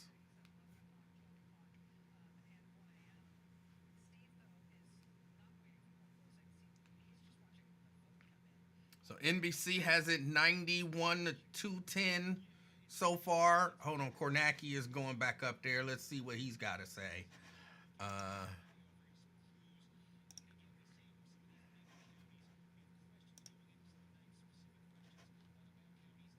This is Oakland County. This is a big, giant suburban county just outside Detroit. And this is, of the two big suburban counties just north of Detroit, this is the Democratic one. This is the one, with a lot of college-educated, higher-income types, a lot of bedroom communities here. So look at this. 2/3 of the vote is now counted in Oakland County. And Harris is winning. The Democrats are supposed to win here. Her margin's inside 10 points. It's less than a 50,000 vote, raw vote margin here. I want to show you what this does in the context of other recent races. In 2020, this was a 14-point win for Joe Biden. And in 2016, this was an 8-point win for Hillary Clinton. And I don't think I need to tell you, this wasn't enough to win Michigan for Hillary Clinton. This was more than enough for Joe Biden to win Michigan. And this right now looks an awful lot like this. Remember our test coming into the night, one of them was to compare Oakland to its next-door neighbor, Macomb. Macomb is blue right now. This is the blue-collar, Trump-friendly suburban county. There's almost no vote that's been counted there, so yet to be seen how this is going to measure up. But one of the reasons Democrats were able to win Michigan, why Joe Biden was able to win Michigan 4 years ago, was this. He was able to run up a monster number in a gigantic, highly populated suburban county, and it more than offset Trump's strength in the other gigantic blue-collar suburban county. This is a number, if this holds, that the Trump people would be very happy with. The Democrats want that back where it was in 2020. One other county that I think we can look at here and get a bit of a clue from, this is just outside of Lansing, and this is one at the start of the night that if the Democrats looked at, they would have said, we want to flip this county tonight. Let me just show you. It got super close in 2020. Joe Biden came less than a point away from winning it here. It had been a 5-point Trump county in 2016. Again, this is one of those places, the reason why Joe Biden was able to make the gains in Michigan, a big sort of suburban county, outside Lansing here. Biden nearly won it. And again, this 95% basically means all the vote is now in Eaton County. It's gone back to that 2016 level, 51-46, 49-44. That's what the Trump campaign wants to see in counties like this, where they had slippage in counties they won in 2020. They want to get that slippage back. We saw that earlier. We showed you Lackawanna County in Pennsylvania. They did that. They did this just outside Lansing. Here's another place where they really want to do that. You could see right here next to Oakland, it's Livingston County. Okay, this is a mix of sort of suburbia, some rural areas here too. It's gigantic, kind of between Lansing and Detroit. More than half the vote now counted in Livingston County. And again, just want to show you, this was a bad number for Donald Trump 4 years ago. He won this by a little bit less than 23 points. This was a good number for Donald Livingston Trump. He won County? the state of Michigan in 2016, winning here by about just under 30 points. And his margin tonight is looking more so far like 2016 than it is 2020. This is a pattern that's being repeated. We're showing you, not a lot of counties in Michigan have this much vote in, but in those that are, we're starting to see this. And again, we're seeing this in other areas of the battleground, the northern tier of the battleground. Pennsylvania, we had some more that just came in, almost completely here. It can take you through them. You can start right here, Berks County. Okay, this is where Reading is. One of the things we talked about, Reading has the highest concentration of Hispanic residents of any city in Pennsylvania. The Trump campaign said, we are going to make gains with Hispanic voters. The national exit poll is showing Trump making substantial gains with Hispanic voters tonight. I've seen counties way outside the battleground with large Hispanic populations where Donald Trump has made dramatic gains tonight, some in Virginia. Hudson County, New Jersey is another. And here in Berks County, again, with one of the larger Hispanic populations in Pennsylvania, here's Trump with just about, that's basically the vote here, winning it by 13. Look at that. 4 years ago, he won it by 8. This is exactly what the Trump campaign said it was going to do in a place like Burke County. It was going to take that and it was going to make it double digits. They've made it double digits in Burke County. We check in on Luzerne County, and again, we've been talking about this one. As that same-day vote comes in, this is Wilkes-Barre, this is Hazleton, another county with a substantial Hispanic population, one of the highest in Pennsylvania. Now Trump has hit his 2020 number there, and he's got a long way to go here. All that vote that's still to come in, we expect to be Election Day vote. The pattern, the trend is pretty clear here. So again, you're seeing Trump in good position in one of those big counties, densely populated counties in northeast Pennsylvania. Take a look down here at Cumberland County. We talked about this one a little while ago. This was a big hope for Democrats in Pennsylvania coming into tonight. Again, 95% means basically it's all in Cumberland County. Again, 2020 looked like this. It's basically the same. It's a fraction of a point different. But that's a win for the Trump campaign because in the context, look at this, it was an 18-point race. Trump won here by 18 points in 2016. Democrats made a huge jump. This was one of their biggest in the state in 2020, bringing it down to 10. They wanted to keep this going tonight. They didn't. Trump was able to stop the losses in Cumberland County. So again, that's something that encourages that his campaign exactly wanted to see right there. We're starting to get Erie County. Again, this would be the vote by mail in Erie County. The story we've been talking about elsewhere now is going to play out in Erie. This is the bellwether. It's one of the two that switched sides to Biden in 2020. The name of the game in the final two-thirds of the vote is, can Trump catch Harris with the Election Day vote? Just checking in on Philadelphia, we're up to two-thirds of the vote now in Philadelphia. And again, this is just Philadelphia, the city. And again, I think this is becoming a bit of a theme we're seeing in multiple states now, the Hispanic vote. Why did Trump make some progress? It was small, but it was there in Philadelphia in 2020. It was because he improved with Hispanic voters in Hispanic areas of the city. With two-thirds of the vote in Philadelphia now, it's 77-21. Well, that looks terrible, but compare that to 2020, and look at that. Trump is running 3.5 points better in Philadelphia than he did in 2020. Harris now 4 points off the Biden number. There is more mail to come, more vote by mail to come in Philadelphia. That will be a boost to Harris, but there's also more same-day vote to come, and you can see Trump is running above his 2020 levels there. So where this lands, the Trump campaign's goal in Philadelphia was basically get that Biden number under 80%. So far, they're on course to do that. There's the wild card of the mail there that adds a lot of volatility to this. But again, you're starting to, as these counties fill in, you're starting to see some patterns, and patterns you're not just seeing in one state, you're seeing them in multiple states right now. Steve, thank you. We've got a few calls to give you an update on. First, a Senate race. NBC News has projected that in the Senate race in New Jersey, the Democrat Andy Kim will be the next U.S. Senator from the state of New Jersey. NBC News can also make a projection in the governor's race in New Hampshire. And this was an interesting one to watch. In the end, it looks like it will be Republican. Former U.S. Senator Kelly Ayotte will be the next governor of New Hampshire. The current governor of New Hampshire is Chris Sununu, an incumbent Republican. The Republicans are really hoping to hold on to this governor's seat, and in Kelly Ayotte's victory in New Hampshire, they have done so. One other projection for you, and it's a ballot measure, this one in Colorado. This is one of the 10 states that has an abortion rights measure on the ballot in Colorado. This is Amendment 79. It's a right to abortion and insurance coverage. It's a related matter. NBC News. All right. So there's all of that. In Ohio, they just showed it. Hold on. Can I back that up a little bit?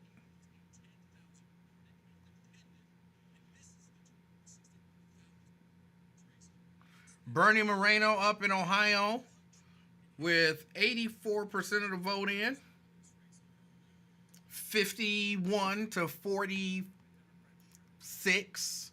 It's actually 50.9 to 45.7. So 51-46. Bernie Moreno up in Ohio.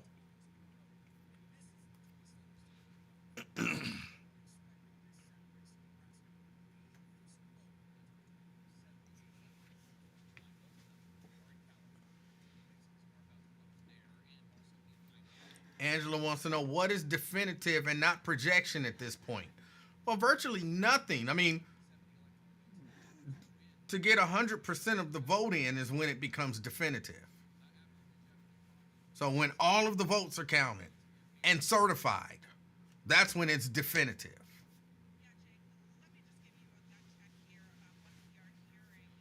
Other than that, it's pretty much all projection.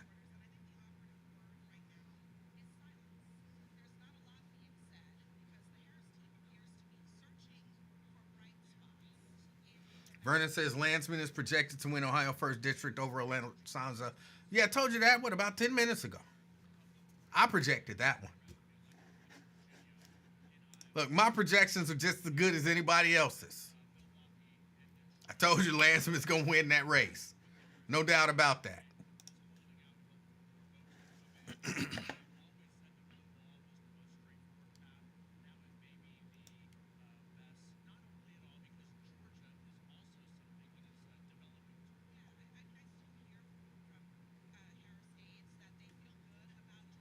What other race was I watching that was really close?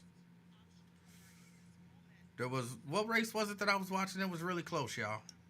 Here locally. Oh, Connie Pillage and Melissa Powers. Connie Pillage is up 50.97 to 49.03. So it's 51-49 with 98.75% of the vote in.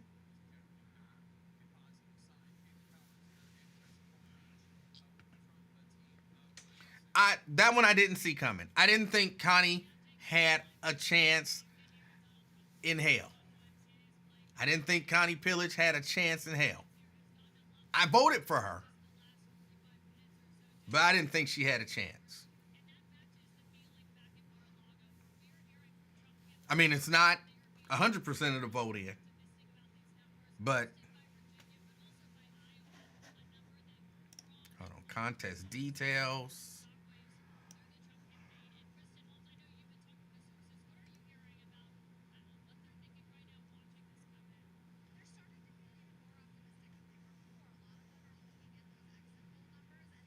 Well, that don't give me a whole lot more than what I already saw.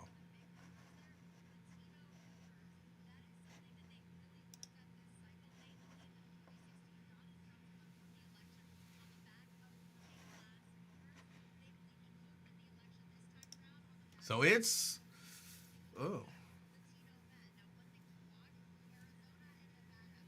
how did this electoral vote jump up so fast?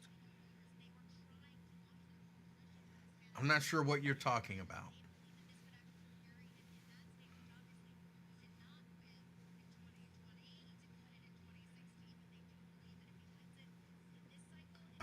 Angela, I can't wait. Oh, it went past me. I cannot wait to hear how hysterical Ozzy gonna be when he calls Lincoln Ware.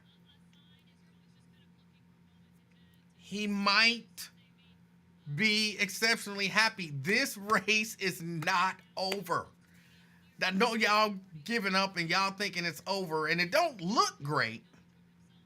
But this is about the way everybody who looks at this stuff told y'all it was gonna be.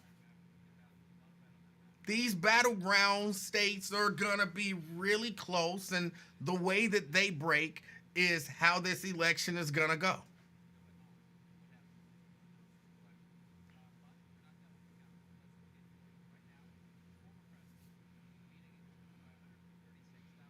Okay, in Georgia, Trump up 50.8 to 48. So he's up by roughly 3 points in Georgia with, I can't see that. I can't see what percentage of the vote is in.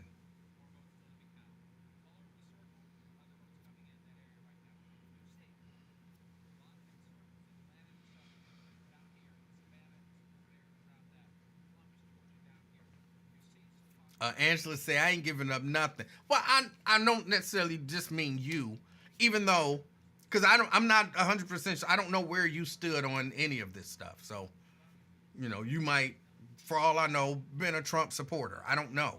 But I'm just saying a lot of people are like, oh, it's over. I think somebody typed, it's over. So I'm just saying it's not over until it's over. It's not over till it's over.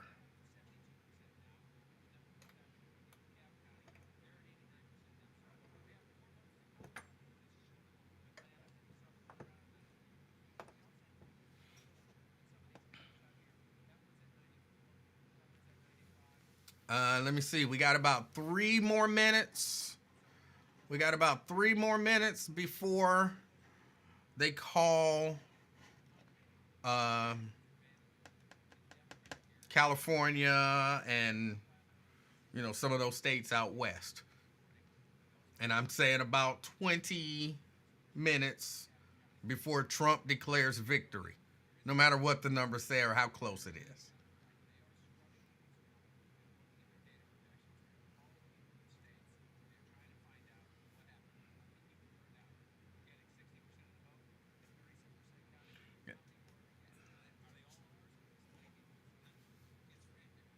Hold on, let me see. What are they doing on Fox?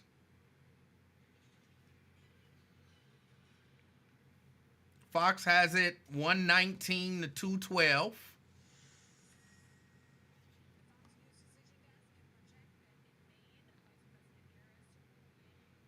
They just called Maine for Harris.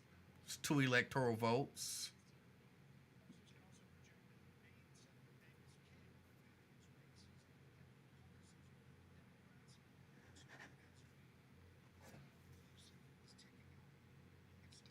No, I look at all of them. I want to see what all of them saying.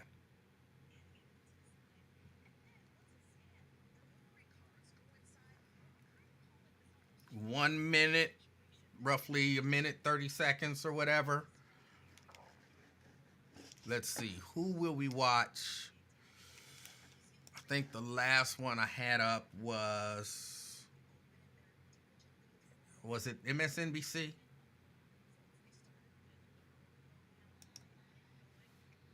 Yeah, I think that's who I had up. And I'm gonna move that way. I can't move out the way, so we see. About 55 seconds.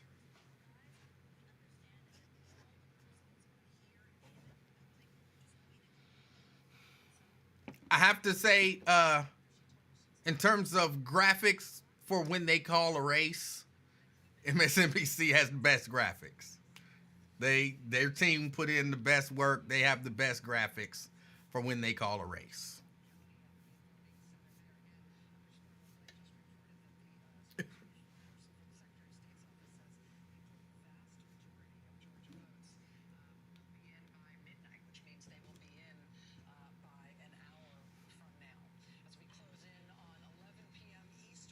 In 4 western states, we're getting close to the end of all the poll closings here in the United States of America. 4 closing right now in California, Idaho, Washington, and Oregon. In terms of our projections here, NBC News can project a winner in the presidential race in California. Kamala Harris, California native, is projected to be the winner of the presidential race in California. NBC News can also project a winner in the presidential race in Idaho. Republican Donald Trump projected to be the winner of the presidential race in Idaho. Up to the Pacific Northwest. In Washington State, the presidential race in Washington State projected by NBC News at this hour to be too early to call. Similarly, in Oregon, NBC News says in Oregon the presidential race is too early to call. Let's look at the overall electoral college. The electoral vote map right now, Donald Trump stands at 214 electoral votes. Kamala Harris stands at 145 electoral votes. Again, not a single swing state has been called as we're watching vote continue to come in all of them. Right now, looking at some battleground states that haven't been called. This is Georgia, too close to call, a difference of about 136,000 votes between the two candidates. Here's Pennsylvania, too close to call, a difference of about 119,000 votes between the two candidates. Here's Michigan, too close to call, a difference of just under 75,000 votes between the two candidates. Here's Wisconsin, also too close to call. Fewer than 30,000 votes separating the two candidates. Over to North Carolina, NBC News projects that the race there is too early to call. Over to Arizona, NBC News projects the race is too early to call. And in Nevada, we've got too early to call. That's the projection from NBC News. Let's look at Senate races right now. We've got interesting Senate races in some of the states that just closed. In California, where Democratic Congressman Adam Schiff is facing off against baseball guy, Republican Steve Garvey. That Senate race in California is too early to call. I'm being informed by the control room that baseball guy is not the right way to think, right thing to call him. I apologize. I'll revise that in a moment. In the Senate race in Washington State, incumbent Democratic Senator Maria Cantwell is facing off against Raul Garcia. This is also too early to call in the Senate race in Washington State. This is the Senate at this hour. 48 Republicans seated in the Senate. That includes 1 Senate pickup for the Republicans. The pickup they had was in West Virginia, where independent Senator Joe Manchin gave up his seat, decided not to run again. A Republican picked that up. There are 37 Democrats in the Senate, 15 uncalled seats as of yet in the United States Senate.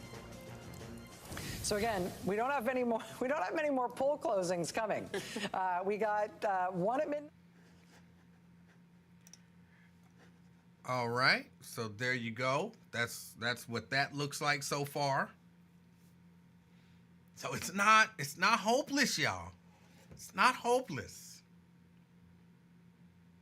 It is looking a little less likely that Kamala might win, but you never know.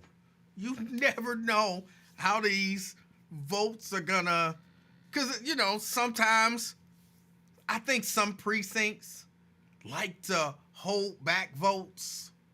Like, just hold it back, and then like, here's ours, and they might be overwhelming and push Harris over the top in some of these precincts. Y'all know, sometimes stereotypically as people, we like to be dramatic.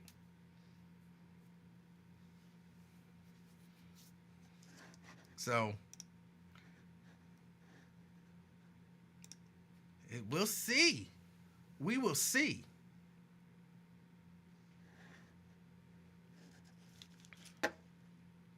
I'm looking here locally at some of this stuff.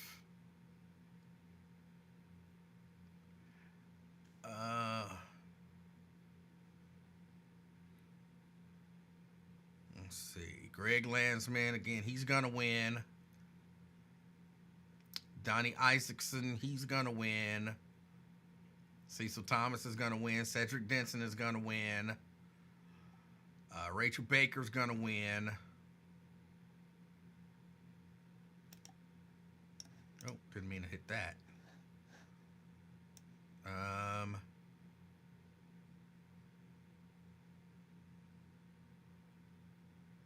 Let me see. Scroll. 98.75% of the vote in. Alicia Reese, 55% of the vote. Jonathan Pearson, 40%. Alicia's going to win.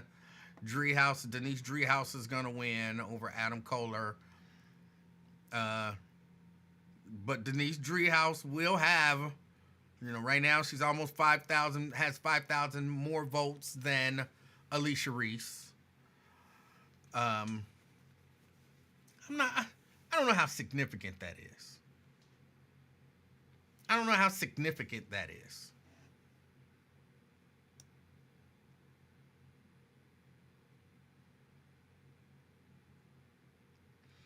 Charmaine McGuffey looks like she's going to win. That 50.97 to 49.03. That race is exceptionally close. Connie Pillage, Melissa Powers, that race is exceptionally close.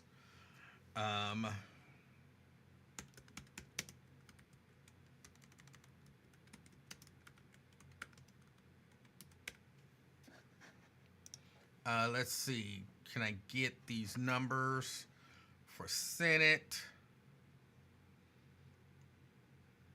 Bernie Moreno is 50.8%. Sherrod Brown is 45.8%. Don Kissick, who's the Libertarian Party candidate, is 3.4%. So Bernie Moreno is winning with, what percentage of the vote is that? 88% precincts reporting. Issue one.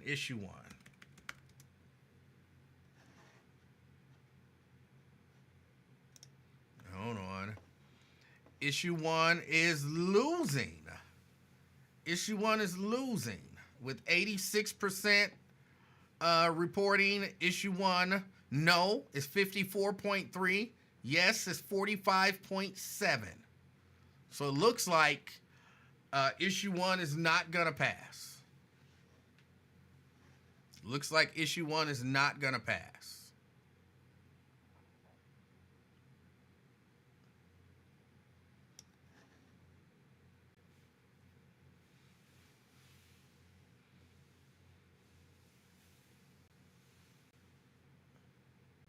Wait, NBC News is projecting. What are they projecting? Kamala Harris wins Oregon.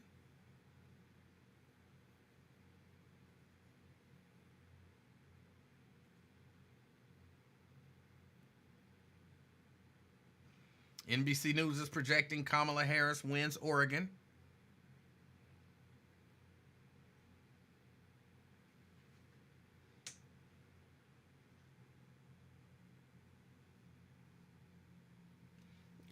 Yo Underwood says, I hope Lincoln wear black twin from calling the show indefinitely. Good night, everyone. Good night.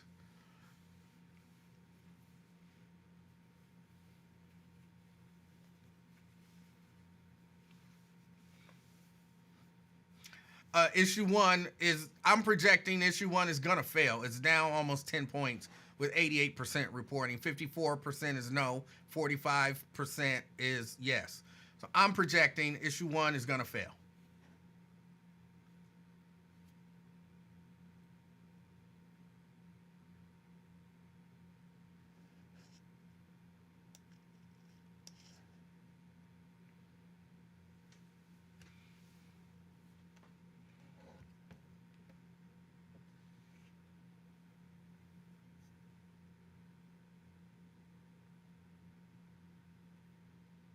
%, Trump, 47.7%, Harris, Pennsylvania right now. I can't, 72% of the vote in.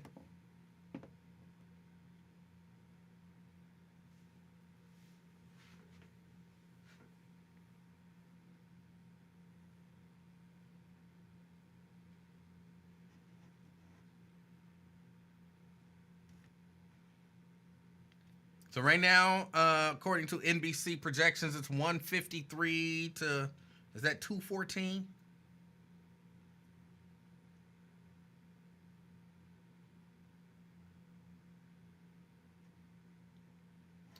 The fake Dave Stinger, because I know that's not the real Dave Stinger. The fake Dave Stinger says, I hope this is a wake-up call for everyone to have their ducks in a row. These politicians won't save us.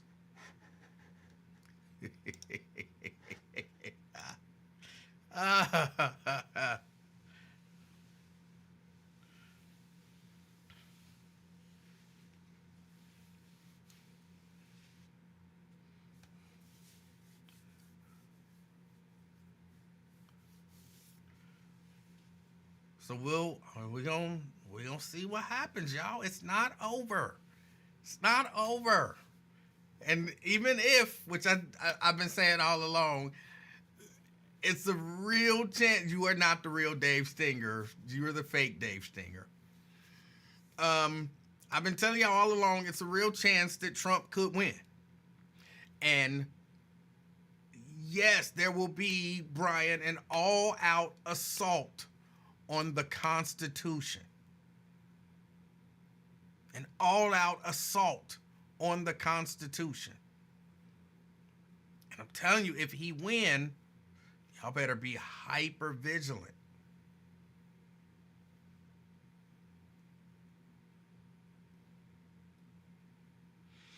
Jericho says, how do you know that's not Dave?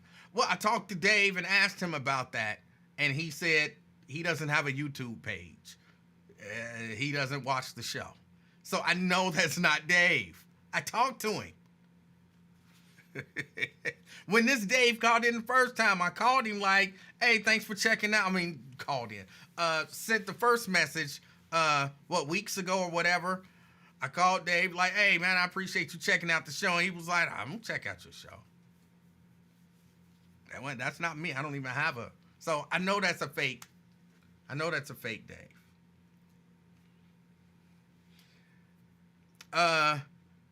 Jericho says, where's Ron? I don't know. Hiding. I say he hiding somewhere. Ron is scared something bad gonna happen. Remember, he thought it was gonna be 2 terrorist attacks and there was not gonna be an election. He is terrified that something bad is about to happen. He is probably hiding, under the bed in a reinforced room or something like that.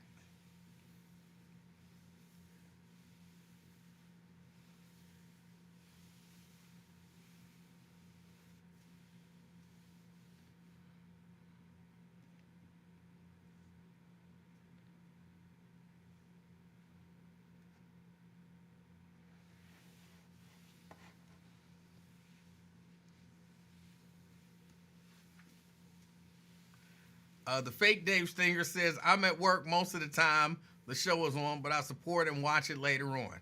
Now, I know that's not true because the real Dave Stinger does not work during the time the show is on. So I know that he's admitting that he's the fake Dave Stinger. But I like having a fake Dave Stinger. One of these days, I'm telling you, me and Dave Stinger, if I could get him to come in here and sit down with me and we'll do the show together, and then everybody will see we're not the same person. Everybody will see.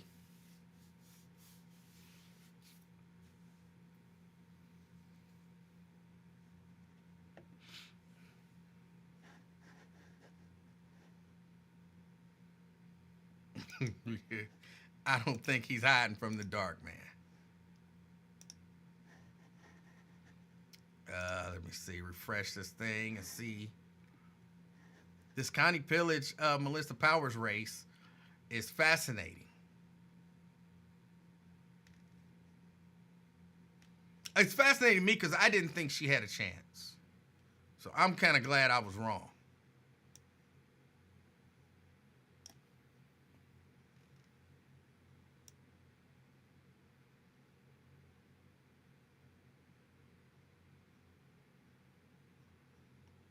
What happened to it? It just went away. Okay, they haven't updated any results.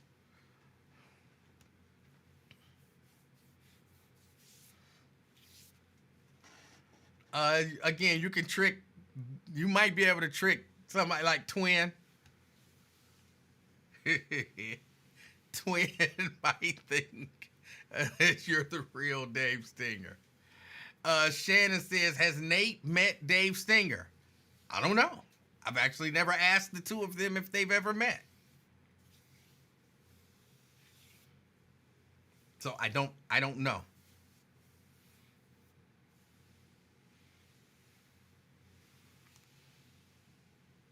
Oh, they're projecting Bernie Moreno. NBC News has just projected Bernie Moreno to win, and it looked like he was going to win. Pull up Roland Martin. Is he live? I don't know if he's live. I don't really watch Roland Martin.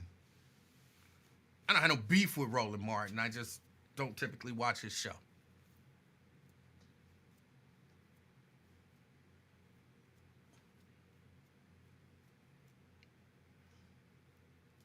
Twin says, quit lying. Years ago, you slipped up and said you Dave Stinger. I think you're misremembering. You're misremembering. You might have heard Dave Stinger say that he was Dave Stinger. Angela says, guess Sherrod should have ironed his shirt. Sherrod should have had Kamala come in and help, and Sherrod should have campaigned as a Democrat, wanting Democrats to vote. Because I could imagine a lot of Democrats did not come out because he did not energize his base. Maybe he did. What did Janice say he did earlier? He was trying to expand his base instead of solidify and energize his base. You got to solidify your base first. Yeah, yes, Angela says he took the vote for granted. That's the same thing I said earlier today. I think he took that Democratic vote. I got the Democrats. Let me go for the Trump supporters. And it didn't work. He ignored us. And I struggled when I went to vote. I struggled to vote for him. Because I'm like, he not even acting like he wants my vote. The way his campaign is set up, he wants Trump voters to vote for him. I did vote for him. But basically not because he asked me to.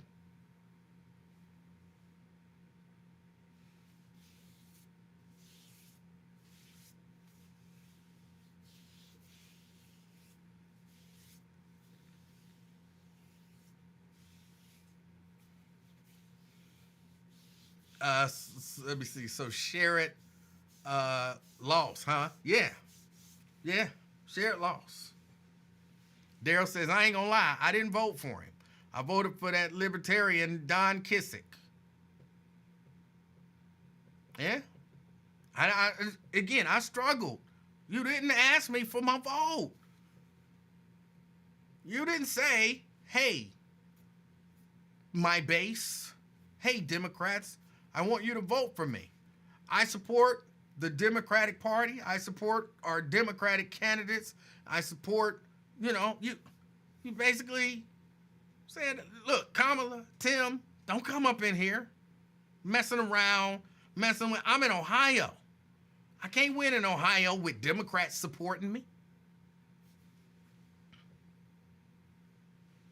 And I think it was Nate that said, that's the same thing. That's how J.D. Vance won. What was his name? Tim Ryan?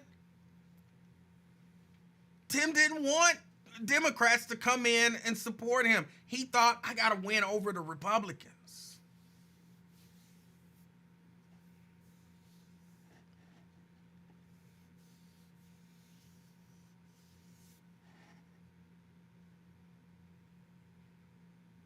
Yep.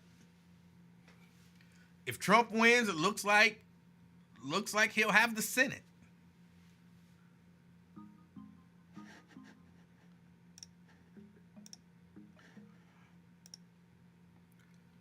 CK. How are you? I'm good. How are you? Man, I'm watching that election, man. Good God. Hey, it's like the Patriots, Falcons Super Bowl. We need to come back like that. You hear me? It is still close. It is still close. I mean, when you say close, what are we talking like? The football numbers, what? 28-14, 28-21, what are we talking about? We talking I don't really know. It's close. Like it's a lot of game. Huh? What, you got a touchdown lead, 2 touchdowns? What are we talking? You said it ain't 3, so it ain't a skunk. I'm saying it's the beginning of the fourth quarter. So we got a whole nother quarter to play. And we down by what? Maybe a touchdown. Maybe 10 points. But we got a whole quarter to go. And there's a real good chance that... Oh, I'm sorry. I had you. But there's a real good chance that we can score. Yeah, but we didn't see people come back from that. It's easy. But I just made that whole thing up. Football numbers don't really apply here. There are states that still haven't been called, that are too close to call, and virtually anything can happen in those states. Some of them she's leading, some of them he's leading. Votes are still being counted. I went out there, I cast my vote, you hear me? Norwood. I cast it, you hear me? I hear you. If my candidate don't win, I voted for the woman, the female, the lady. That's who I voted for. And if she don't win, my vote don't count. Well, that's how I always looked at it. That's not true. That's how I always looked at it. My whole life I looked at it like that, Livingston. I'm not sure that I think that you've been thinking about it your whole life, but yeah, since Michael Dukakis when we did it in school, you remember. But before that, all I've been thinking, listen, it feels good to win, but it doesn't feel good to lose. You see what I mean? Yes. It feels good, but when you lose, it's like nah. You have to win. It's like there's no alternative. See, this election is so big, Livingston, that she is in a must-win situation. This ain't no playoff. This is a Super Bowl. Well, I kind of agree with you there. This is definitely Super Bowl. Politically speaking, yeah. Right. Hopefully it looked like you said, the game started off, he was in the lead, got a nice little 80-yard run, but then she slowly crept back in. Boom! Touchdown, Kamala Harris. You hear me? She gonna get it. Just keep faith. Keep faith. All right. You know what I mean? I know what you mean. She can definitely do this. I mean, she worked for this position her whole life. All right. The whole time. So by her getting into this position, she cannot afford to lose. She has to show America that they're not sexist and they will vote for a woman and put her in a leadership ability position. Well, I think that's really because America is sexist and racist. Yes. So yes.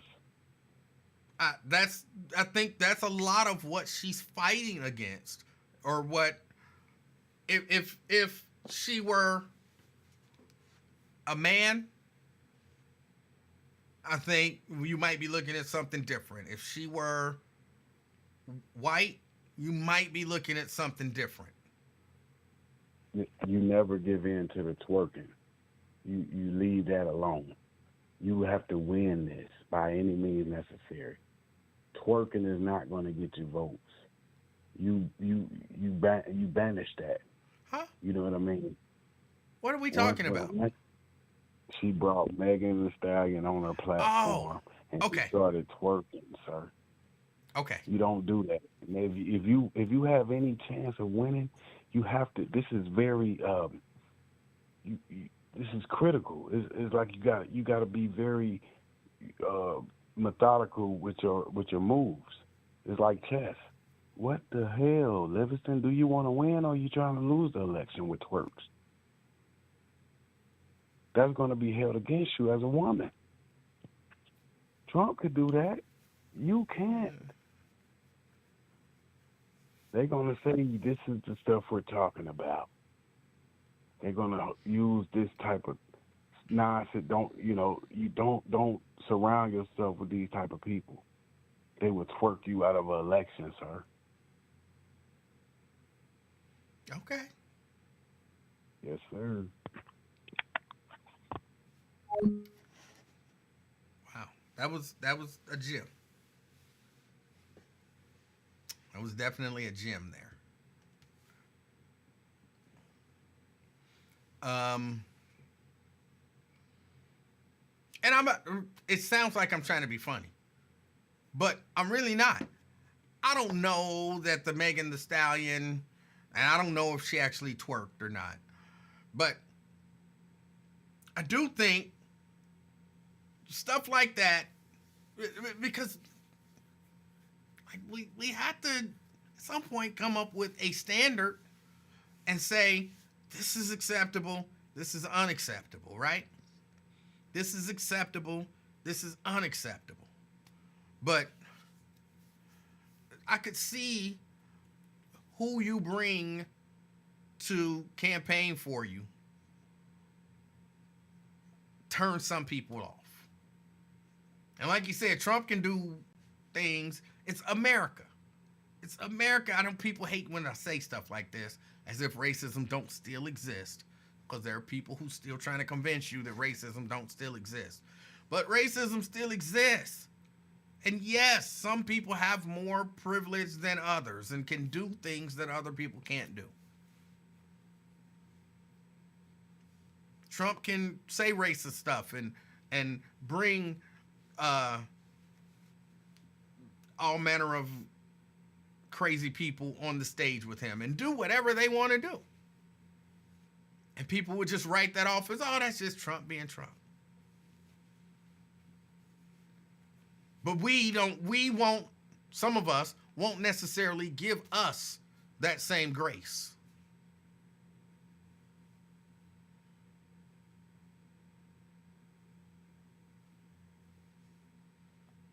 So,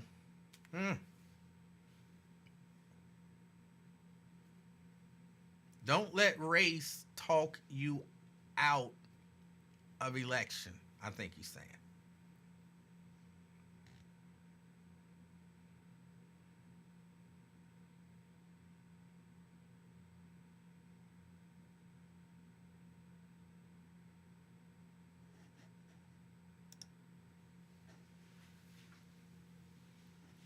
But I'm still telling y'all, it's not over.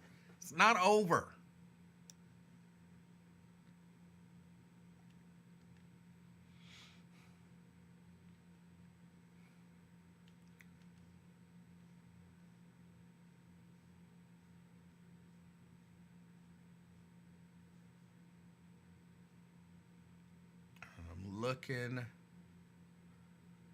I'm looking at some local results here.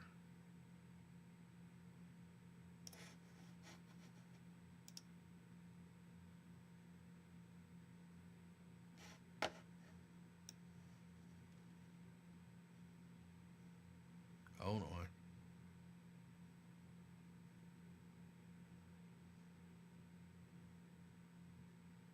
Okay, they haven't updated anymore. Diane says, I dozed off. Where's Georgia and Pennsylvania? They still haven't been called. No one's called either of those states yet.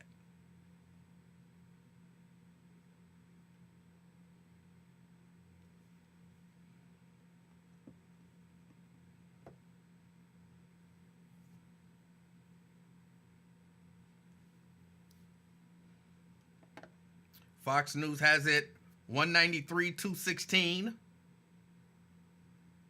193-216. Again, Michigan, Wisconsin, Pennsylvania, North Carolina, Georgia, all still out there, all still in play.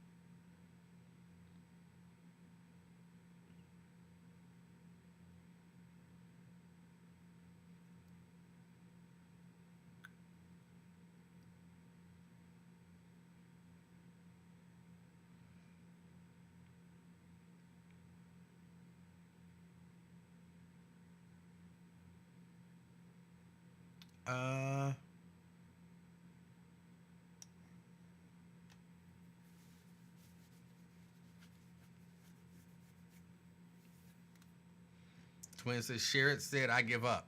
The numbers. He didn't have to give up. He looks at the numbers and he says, I don't really stand a chance here.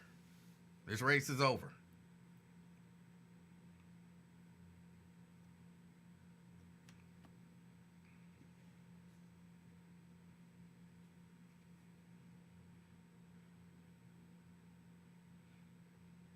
Looking and seeing if anybody is actually looking at these numbers.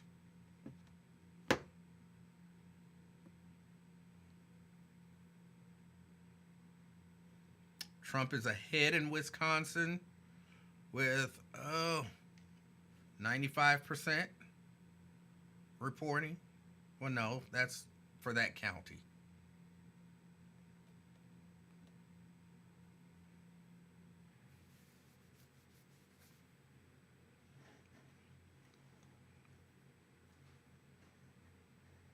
Crystal says, if y'all won't listen to the Obamas, who will you listen to? Well, again, I'm not a big proponent of black people should listen to these people. These people are our whatever. The Obamas is, I hate to say, I don't mean it how it sounds, but the Obamas ain't nobody.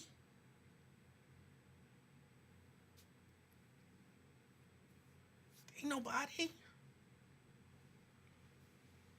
I'm not into all of this elite. These people are better than these people and all of that kind of stuff. We, as a community, have to make decisions about stuff, not listen to the Obamas. I mean, I get what you're saying, but I just don't necessarily agree with that. And I got nothing against. Oh, I'm sorry, Crystal. I missed a whole lot of the conversations. I thought you were really saying, if y'all won't listen to the Obamas. So I'm sorry. I did not get the sarcasm. I apologize. I apologize.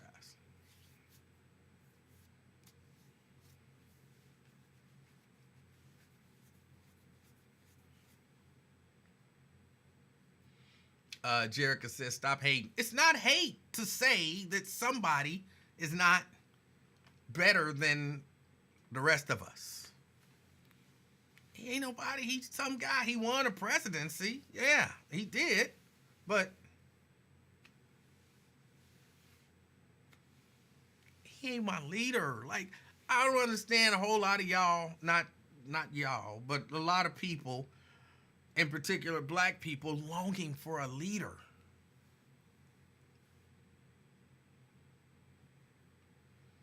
We just lead ourselves appropriately.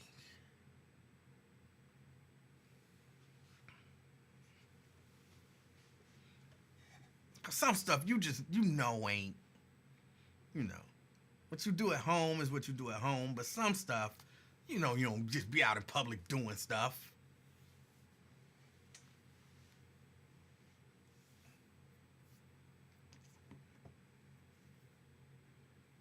Y'all, all these races are still too close to call.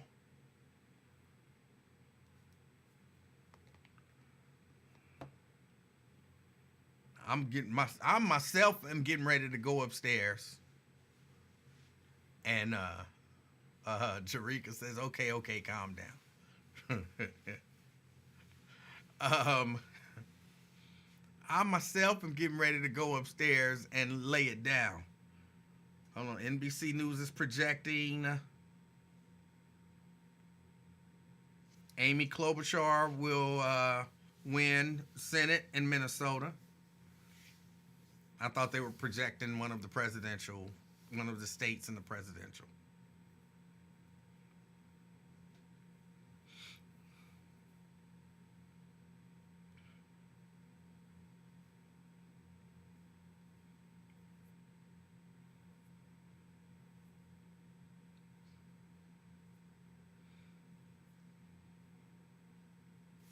Hold on now, what did that say?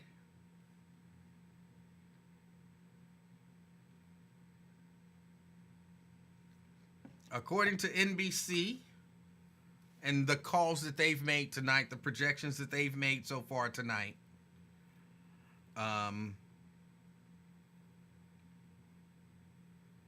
Democrats have won 12 of the Senate races, Republicans have won 11, Independents won, and there are 10 uncalled races.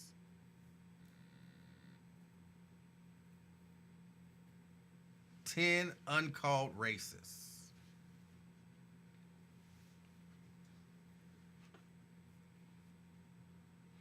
I was kind of waiting for Trump to give his victory speech. I thought he would take Steve Bannon's, I actually guaranteed. I still stand by my guarantee. I still stand by my guarantee that he will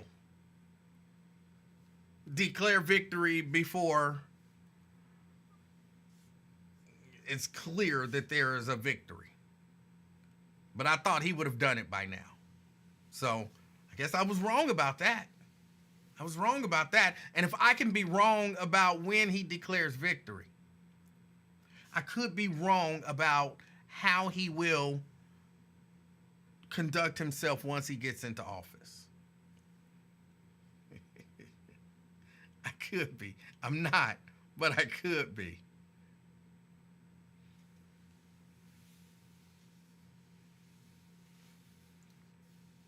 Nat says, I guess we won't get Pennsylvania tonight. It's looking like we're not going to get Pennsylvania or Georgia tonight.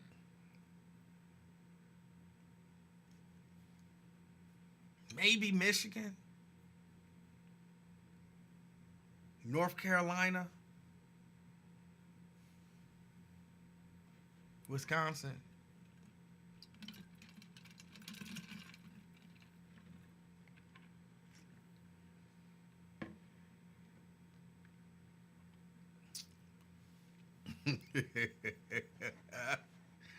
Play the music again.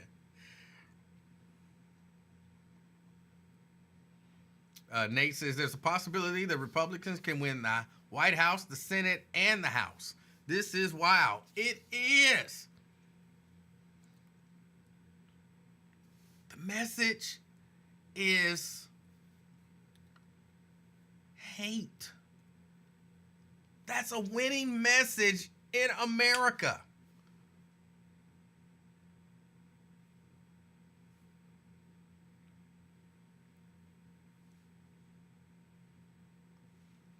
But can we be shocked that hate is a winning message in America?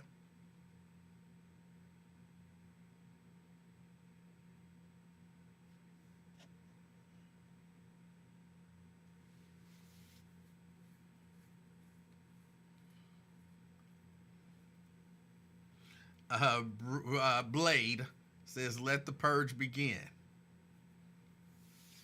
Yes, hate and ignorance.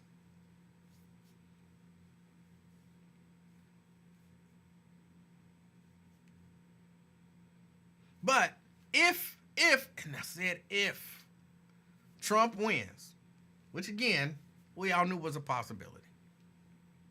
if Trump wins, like I said, we have to be hyper vigilant. But I'm going to be the I told you so guy. I'm going to be the I told you so guy. When he do the stuff that he said he's going to do, that they told y'all that he's not going to do, and it begins to affect your black ass, I'm going to be like, I told you. I told you he was going to do that.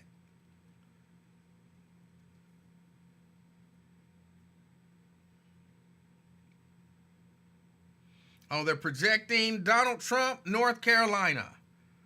NBC News is projecting North Carolina for Donald Trump.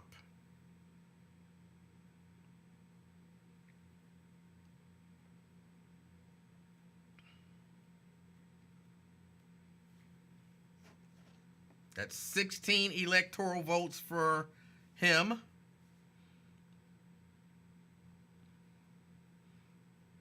They're saying Minnesota is still too close to call. 52% of the vote in, 53% for Kamala, 44% for Donald Trump.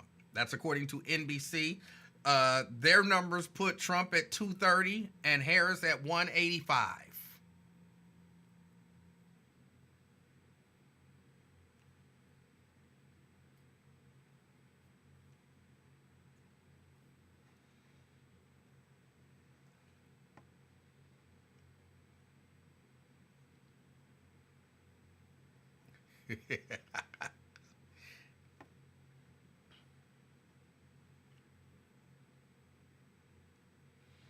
Brian says exactly. A public racist, a staunch anti-unionist, groper creep, a fan of Adolf. There you go. Even if he loses, it's this close.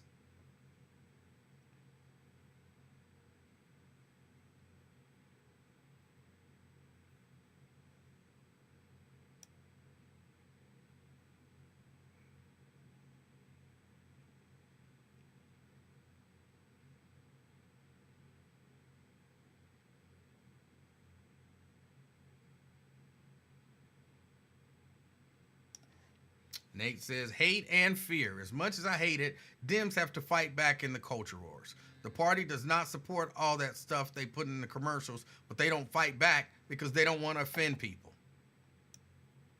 I think that's true too.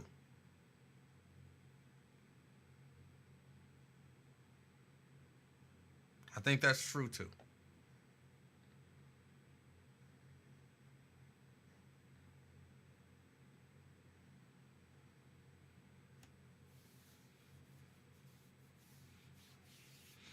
Nat says they're saying that black voters came through for Harris in North Carolina, but white women didn't. Did people really expect white people to come through, white women to come through for Harris?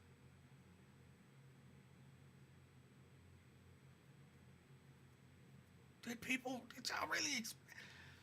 Like, y'all forgetting that this is America?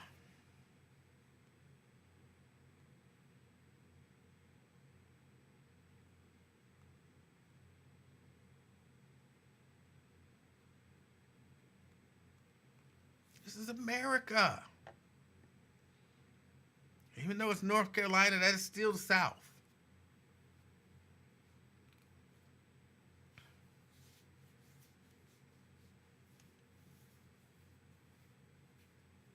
There are some people that will hurt themselves. Some, Caucasian people that will hurt themselves to hurt you. That will do damage to themselves so that you don't benefit.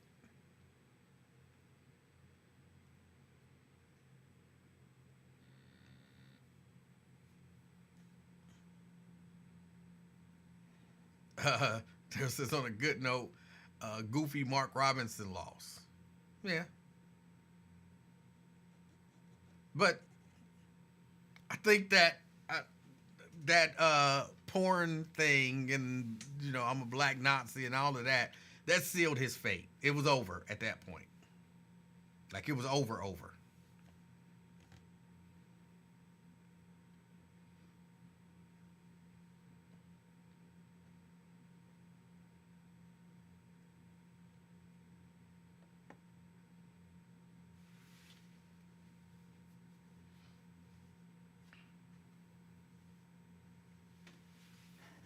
Hold on. Looks like I got an update with 100% reporting. Hold on. Scroll, because I want to see. I know that she had already declared victory. Connie Pillage won with 100% of the precincts reporting 51.06 to 48.94. What is the number that triggers a recount? Is it less than 1% or is it 2%? What is it? But looks like Connie Pillage won and will be the next Hamilton County prosecutor. A Democrat will be the next Hamilton County prosecutor. That's big.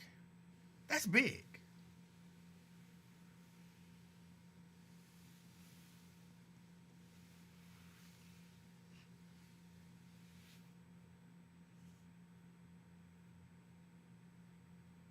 Yes, it took a white woman Democrat to win Hamilton County prosecutor.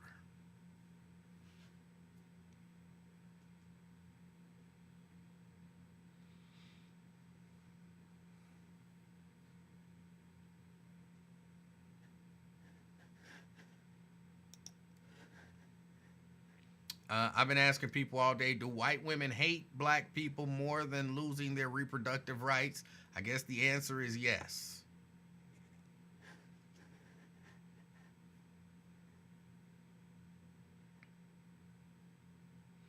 Jack says this is when Rucker should have ran. He would have lost. Fanon would have still lost. It's still Hamilton County.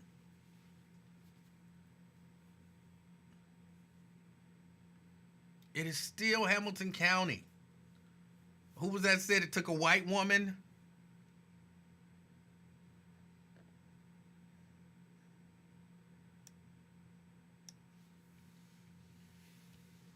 People think I'm crazy when I be talking about race and how much I believe race factors into a lot of stuff that people do.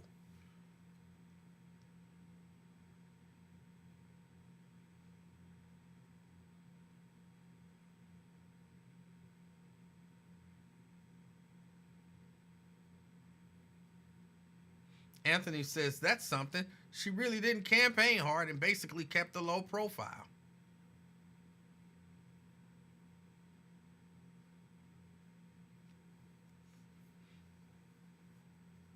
And Angela says Fanon is unelectable as Hamilton County prosecutor.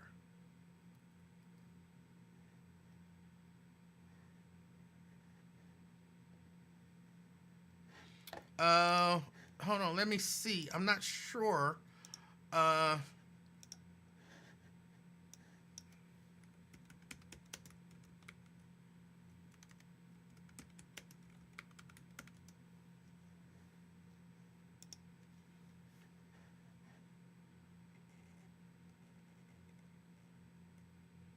on. Let's see.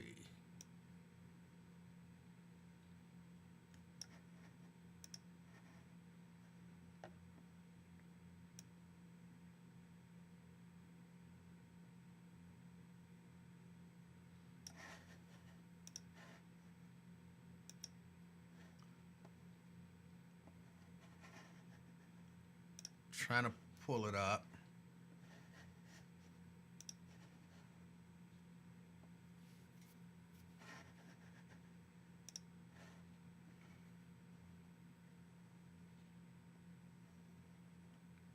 Looks like Hawkins won, or at least was winning.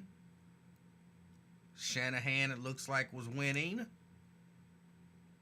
And it looks like Dieters was winning. 56-44, 56-44, and 56-44. If these numbers are correct, as of this was as of 10:36, Republican candidates were leading in all three races.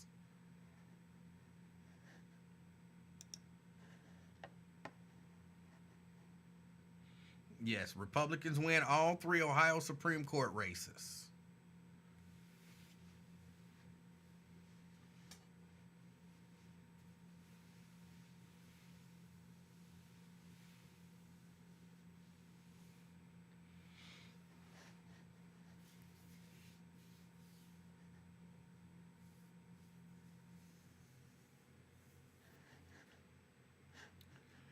Yeah, I told you I already projected McGuffey will be reelected.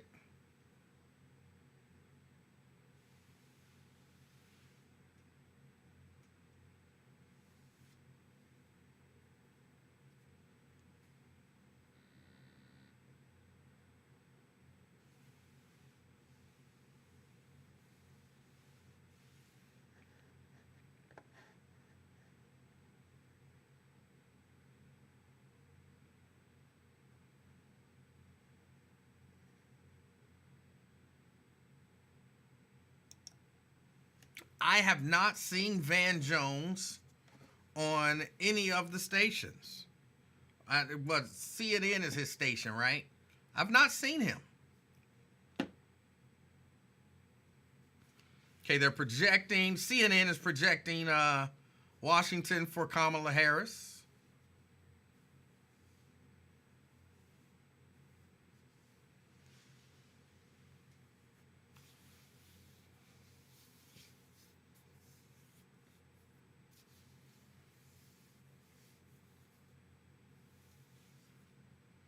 Arizona, Nevada, Georgia, Wisconsin, Michigan, Pennsylvania, all still out there.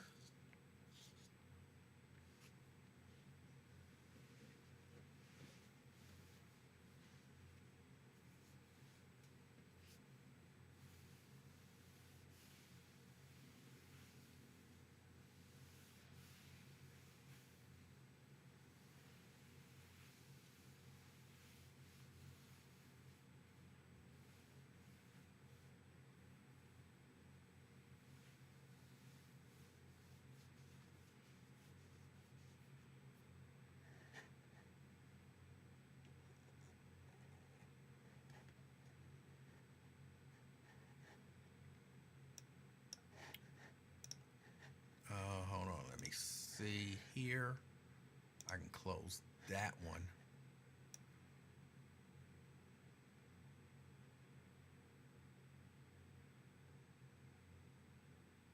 See any shockers in here? Pretty much everything kind of shaken down here locally the way that, you know, Charmaine won. For me, the only shocker is Connie Pillage.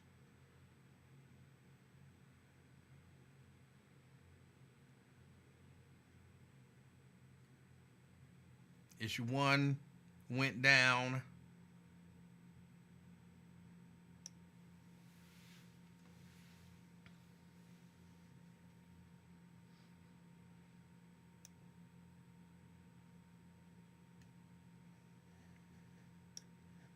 Wait a minute, what about these levies?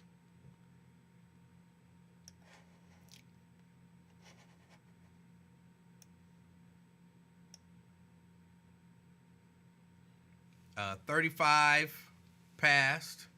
Developmental disabilities, that levy passed. 34 passed. Family services. 33 passed. Columbia Township Waste Disposal District. 32 passed. Anderson Township Park District. Wyoming School District, that bond issue passed. Princeton School District, that levy passed. That levy failed. Oh. Princeton City School District, the levy failed. Mount Healthy School District, the levy failed. Milford, that levy failed. Marymount, that levy passed. Township of Whitewater, that levy failed. Sims Township, that levy passed. Township of Springfield, that levy passed. We got such a bad economy, but y'all passing these levies. Miami Township, that passed. Anderson Township passed the levy. Village of Woodlawn, oh, that was a charter amendment. Village of Woodlawn passed a levy. Village of North Bend rejected a levy. Okay, Village of North Bend renewed a levy and rejected an addition. Okay. Green Hills passed a levy and the renewal. Gulf Manor renewed a levy. Village of Glendale renewed a levy. Village of Addiston renewed a levy. The economy is so bad, but y'all want to get y'all money back to the government. I vote no on all levies.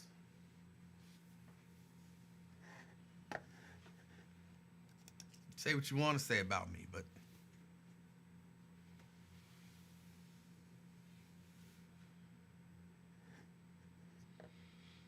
Lewis says Trump took Nebraska.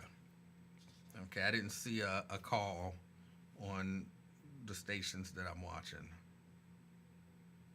but I was reading about levies too. So.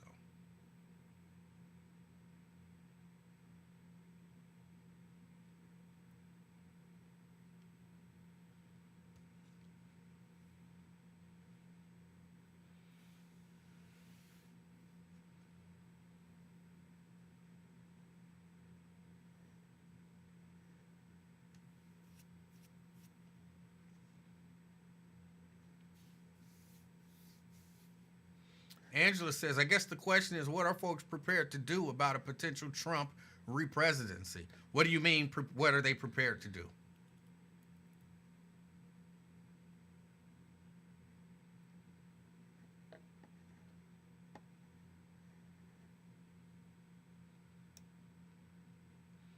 Angela says, the convicted felon jokes seem to have fallen quite flat. He is a convicted felon. I mean, he is. That's just, there's no doubt about that. He's a convicted felon.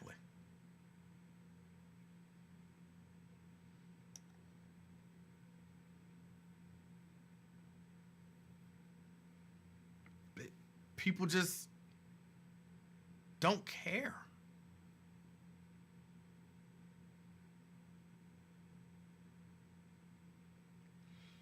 Angela says, take to the streets, revolution. Do what? The people who were against Trump, most of us, I would say, we respect the will of the voters. And when I say respect, I don't mean like I respect him or respect them for their vote. But I mean, they voted. He won. Maybe if he didn't win yet. Let me take that back.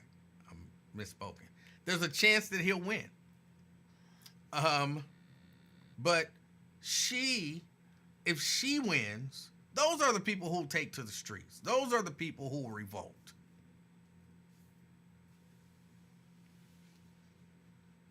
I'm watching NBC over here. I'm watching it over here, Angela.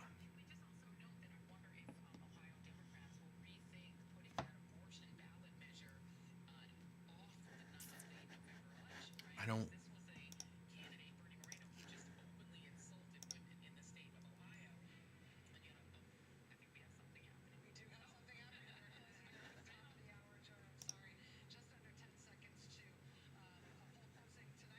Closing tonight. NBC News, as the polls close in Hawaii, NBC News can project that in the presidential race in Hawaii, there is a projected winner. Kamala Harris projected to be the winner in the presidential race in the state of Hawaii. Right? Yes, there it is. In terms of the road to 270, those 4 electoral votes from Hawaii make the road to 270 look like this. Trump right now standing at 230 electoral votes. Harris standing at 189. Again, the only swing state that has been called thus far by NBC News is North Carolina, which has been called for Trump. But here's a look at the other battleground states. In Georgia, it's too close to call, a difference of under 120,000 votes between them, with 93% of the vote in Georgia. In Pennsylvania, too close to call. 84% of the vote is in. Just over 200,000 votes between the two candidates in Pennsylvania. In Michigan, it's too close to call. 44% of the vote in. Difference of about 100,000 votes between them. In Wisconsin, it is too close to call. We've got 3/4 of the vote in, just under 90,000 votes between the two candidates. And in Arizona, it's not too close to call. It is too early to call. You see just over half the vote in. Also in Nevada, it is too early to call. We've got 2% of the vote in Nevada. All right, let's go over to, let's look at where the Senate stands right now, actually. Forgive me.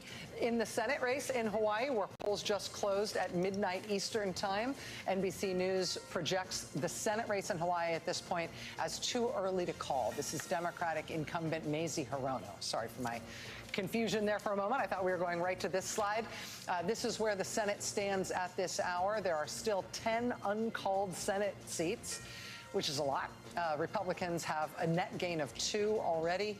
That's in Ohio. Sherrod Brown's seat they flipped to Bernie Moreno. And that is in West Virginia, where Jim Justice picked up the seat that was previously held by independent Joe Manchin. Steve, what are we seeing at this hour? Okay, let's take a look at Pennsylvania, where you had Jacob there a few minutes ago setting up what probably any minute now we're going to see out of Philadelphia, and that is, he says, about 50,000 vote by mails. The result's going to be released in Philadelphia. Of course, that is the most Democratic-friendly, overwhelmingly Democratic vote. So when that gets reported, we want to see what it does. This margin for Harris right now in Philadelphia sits at 305,000. Remember, ultimately, Democrats are hoping tonight to get that in the neighborhood of 500,000 votes. Got a long way to go with a little bit more than 2/3 of the vote in. And again, the context for this is where things stand in Philadelphia right now is that Trump is running so far 4 points above where he finished in 2020. Again, let's see. This mail update is going to be huge because how much do these numbers change? Democrats want to be above and need to be above this Biden level and be getting that plurality close to 500,000 because of what else we're seeing right now and what's coming even in the last few minutes in Pennsylvania. And let me just show you what that is. A couple things. We said put a pin in Luzerne County, where Wilkes-Barre is, where Hazleton is. That's a majority, almost 70% Hispanic city. We now have all the vote in Luzerne County. Donald Trump is going to win this by a little bit more than 21 points. Compare this to 4 years ago. It was 14. Theme, but it's important. Trump's gains with Hispanic voters. You're absolutely seeing it here in Luzerne County. He's going to win this by more than 20 votes. That's a significant jump for him. His campaign said he was going to do that. They did do that here. We also saw him make those gains in Lackawanna County right next door earlier tonight. Also, where we're getting some clarity in Pennsylvania, south central Pennsylvania, Lancaster County. This is one of the counties where you can see in 2020, Trump got 57-41. It's 57-58 if you round it 41 now. This is a place where Trump slipped in 2020, where Democrats wanted him to slip further. That's not happening. This is a big region population-wise. It doesn't get the same attention as Philadelphia. Lebanon County here, too. All the vote is in. Again, Democrats wanted more of a Trump drop-off here. They don't get it in Lebanon County tonight. And we showed you Cumberland County, I believe, earlier, but also in this region, also a place Democrats wanted gains, also a place where really they're not getting it tonight. Look inside the collar counties here, just outside Philadelphia. These are huge population-dense counties, and I'll flag a couple things. We got almost all the vote in Delaware County right now. Of these core collar counties, this is the most Democratic. It's the most diverse, most blue-collar of these these three, of Delaware, of Chester, of Montgomery. Now, in 2020, Joe Biden won here by essentially 27 points. Getting close to all the vote in here right now, and it sits at about 24.5. Harris not at the Biden level. And keep in mind, again, this is very clear in Pennsylvania right now. Generally in these counties, the vote by mail is all reported out early, and what remains is this same-day vote that's Republican leaning. So in all these counties, you just see Trump incrementally improving with each update, and Harris is now almost 2 points under where Joe Biden got in this core Democratic county 4 years ago. Next door in Chester County. Now, this is more significant drop-off for Harris from Biden, but Chester County, unlike just about every other county in Pennsylvania, They are waiting until the end of the night, they say, to release their vote by mail. So let's see when the vote by mail comes in in Chester County, if Harris can get back and surpass that 58. But there is also same-day vote coming in that is helping Trump here. Next door in Montgomery County, this is just an enormous suburban county. And again, we've got the vote by mail. We're waiting on the same day, and already Harris is now running a point behind where Joe Biden finished in this county in 2020. Go up to Bucks. Bucks here, it's a little bit different. It's more blue collar, certainly, than Chester and Montgomery. It's more of a swing county. And again, now about half the vote is in here. Biden won this by 4.5 points in 2020. Trump has now taken the lead in Bucks County. It's tiny, but he's taken the lead. And again, this theme in counties like Bucks County and these more blue-collar counties throughout the northern tier of the battleground, you're seeing it. This was such a close race in 2016. Democrats made a significant jump here in 2020, and Trump is sort of rolling back the clock to 2016. So far, you're seeing that in Bucks County as well. We also said in Allegheny County, Pittsburgh, and those inner suburbs, huge Democratic area. We're coming close to all the vote in, 94%. We are super close right now. And again, let me just show you. In 2020, Biden essentially got 60%. Your Harris is very close to that, but she's not quite at that level. And Democrats won her over 60% here. Given everything I'm showing you about these Trump gains, especially in these counties with significant Hispanic populations, it becomes essential for Democrats that Harris in these areas overperform where Joe Biden did in 2020. Now, there may be some vote-by-mail ballots left, we're told, in Allegheny County, but we're talking about maybe 1,000, something like that. Very small amount, nothing on the order of what you've got there in Philadelphia. So, again, this is a place where Democrats want big gains, and frankly, the way this is playing out tonight, need big gains, given everything else I just showed you. Reset it, 85% of the vote now in Pennsylvania, about 170,000 vote difference. Seeing, as in case it came in there, it did. There you go. That vote-by-mail update, it looks like, came in Philadelphia as we were going through this, and you can see, look at that Harris margin,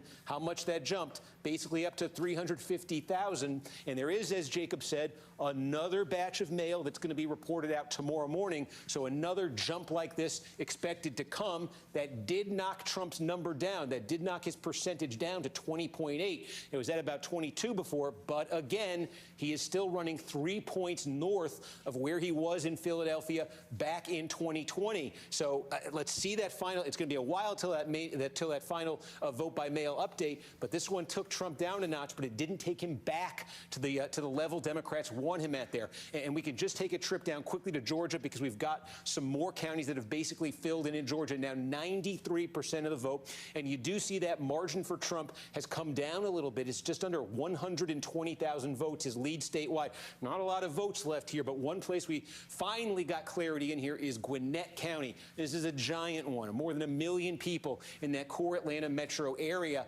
Not all, but almost all the votes here right now. And again, let me just show you. It was 18 points for Joe Biden in 2020. Right now, about 16.5 for Harris.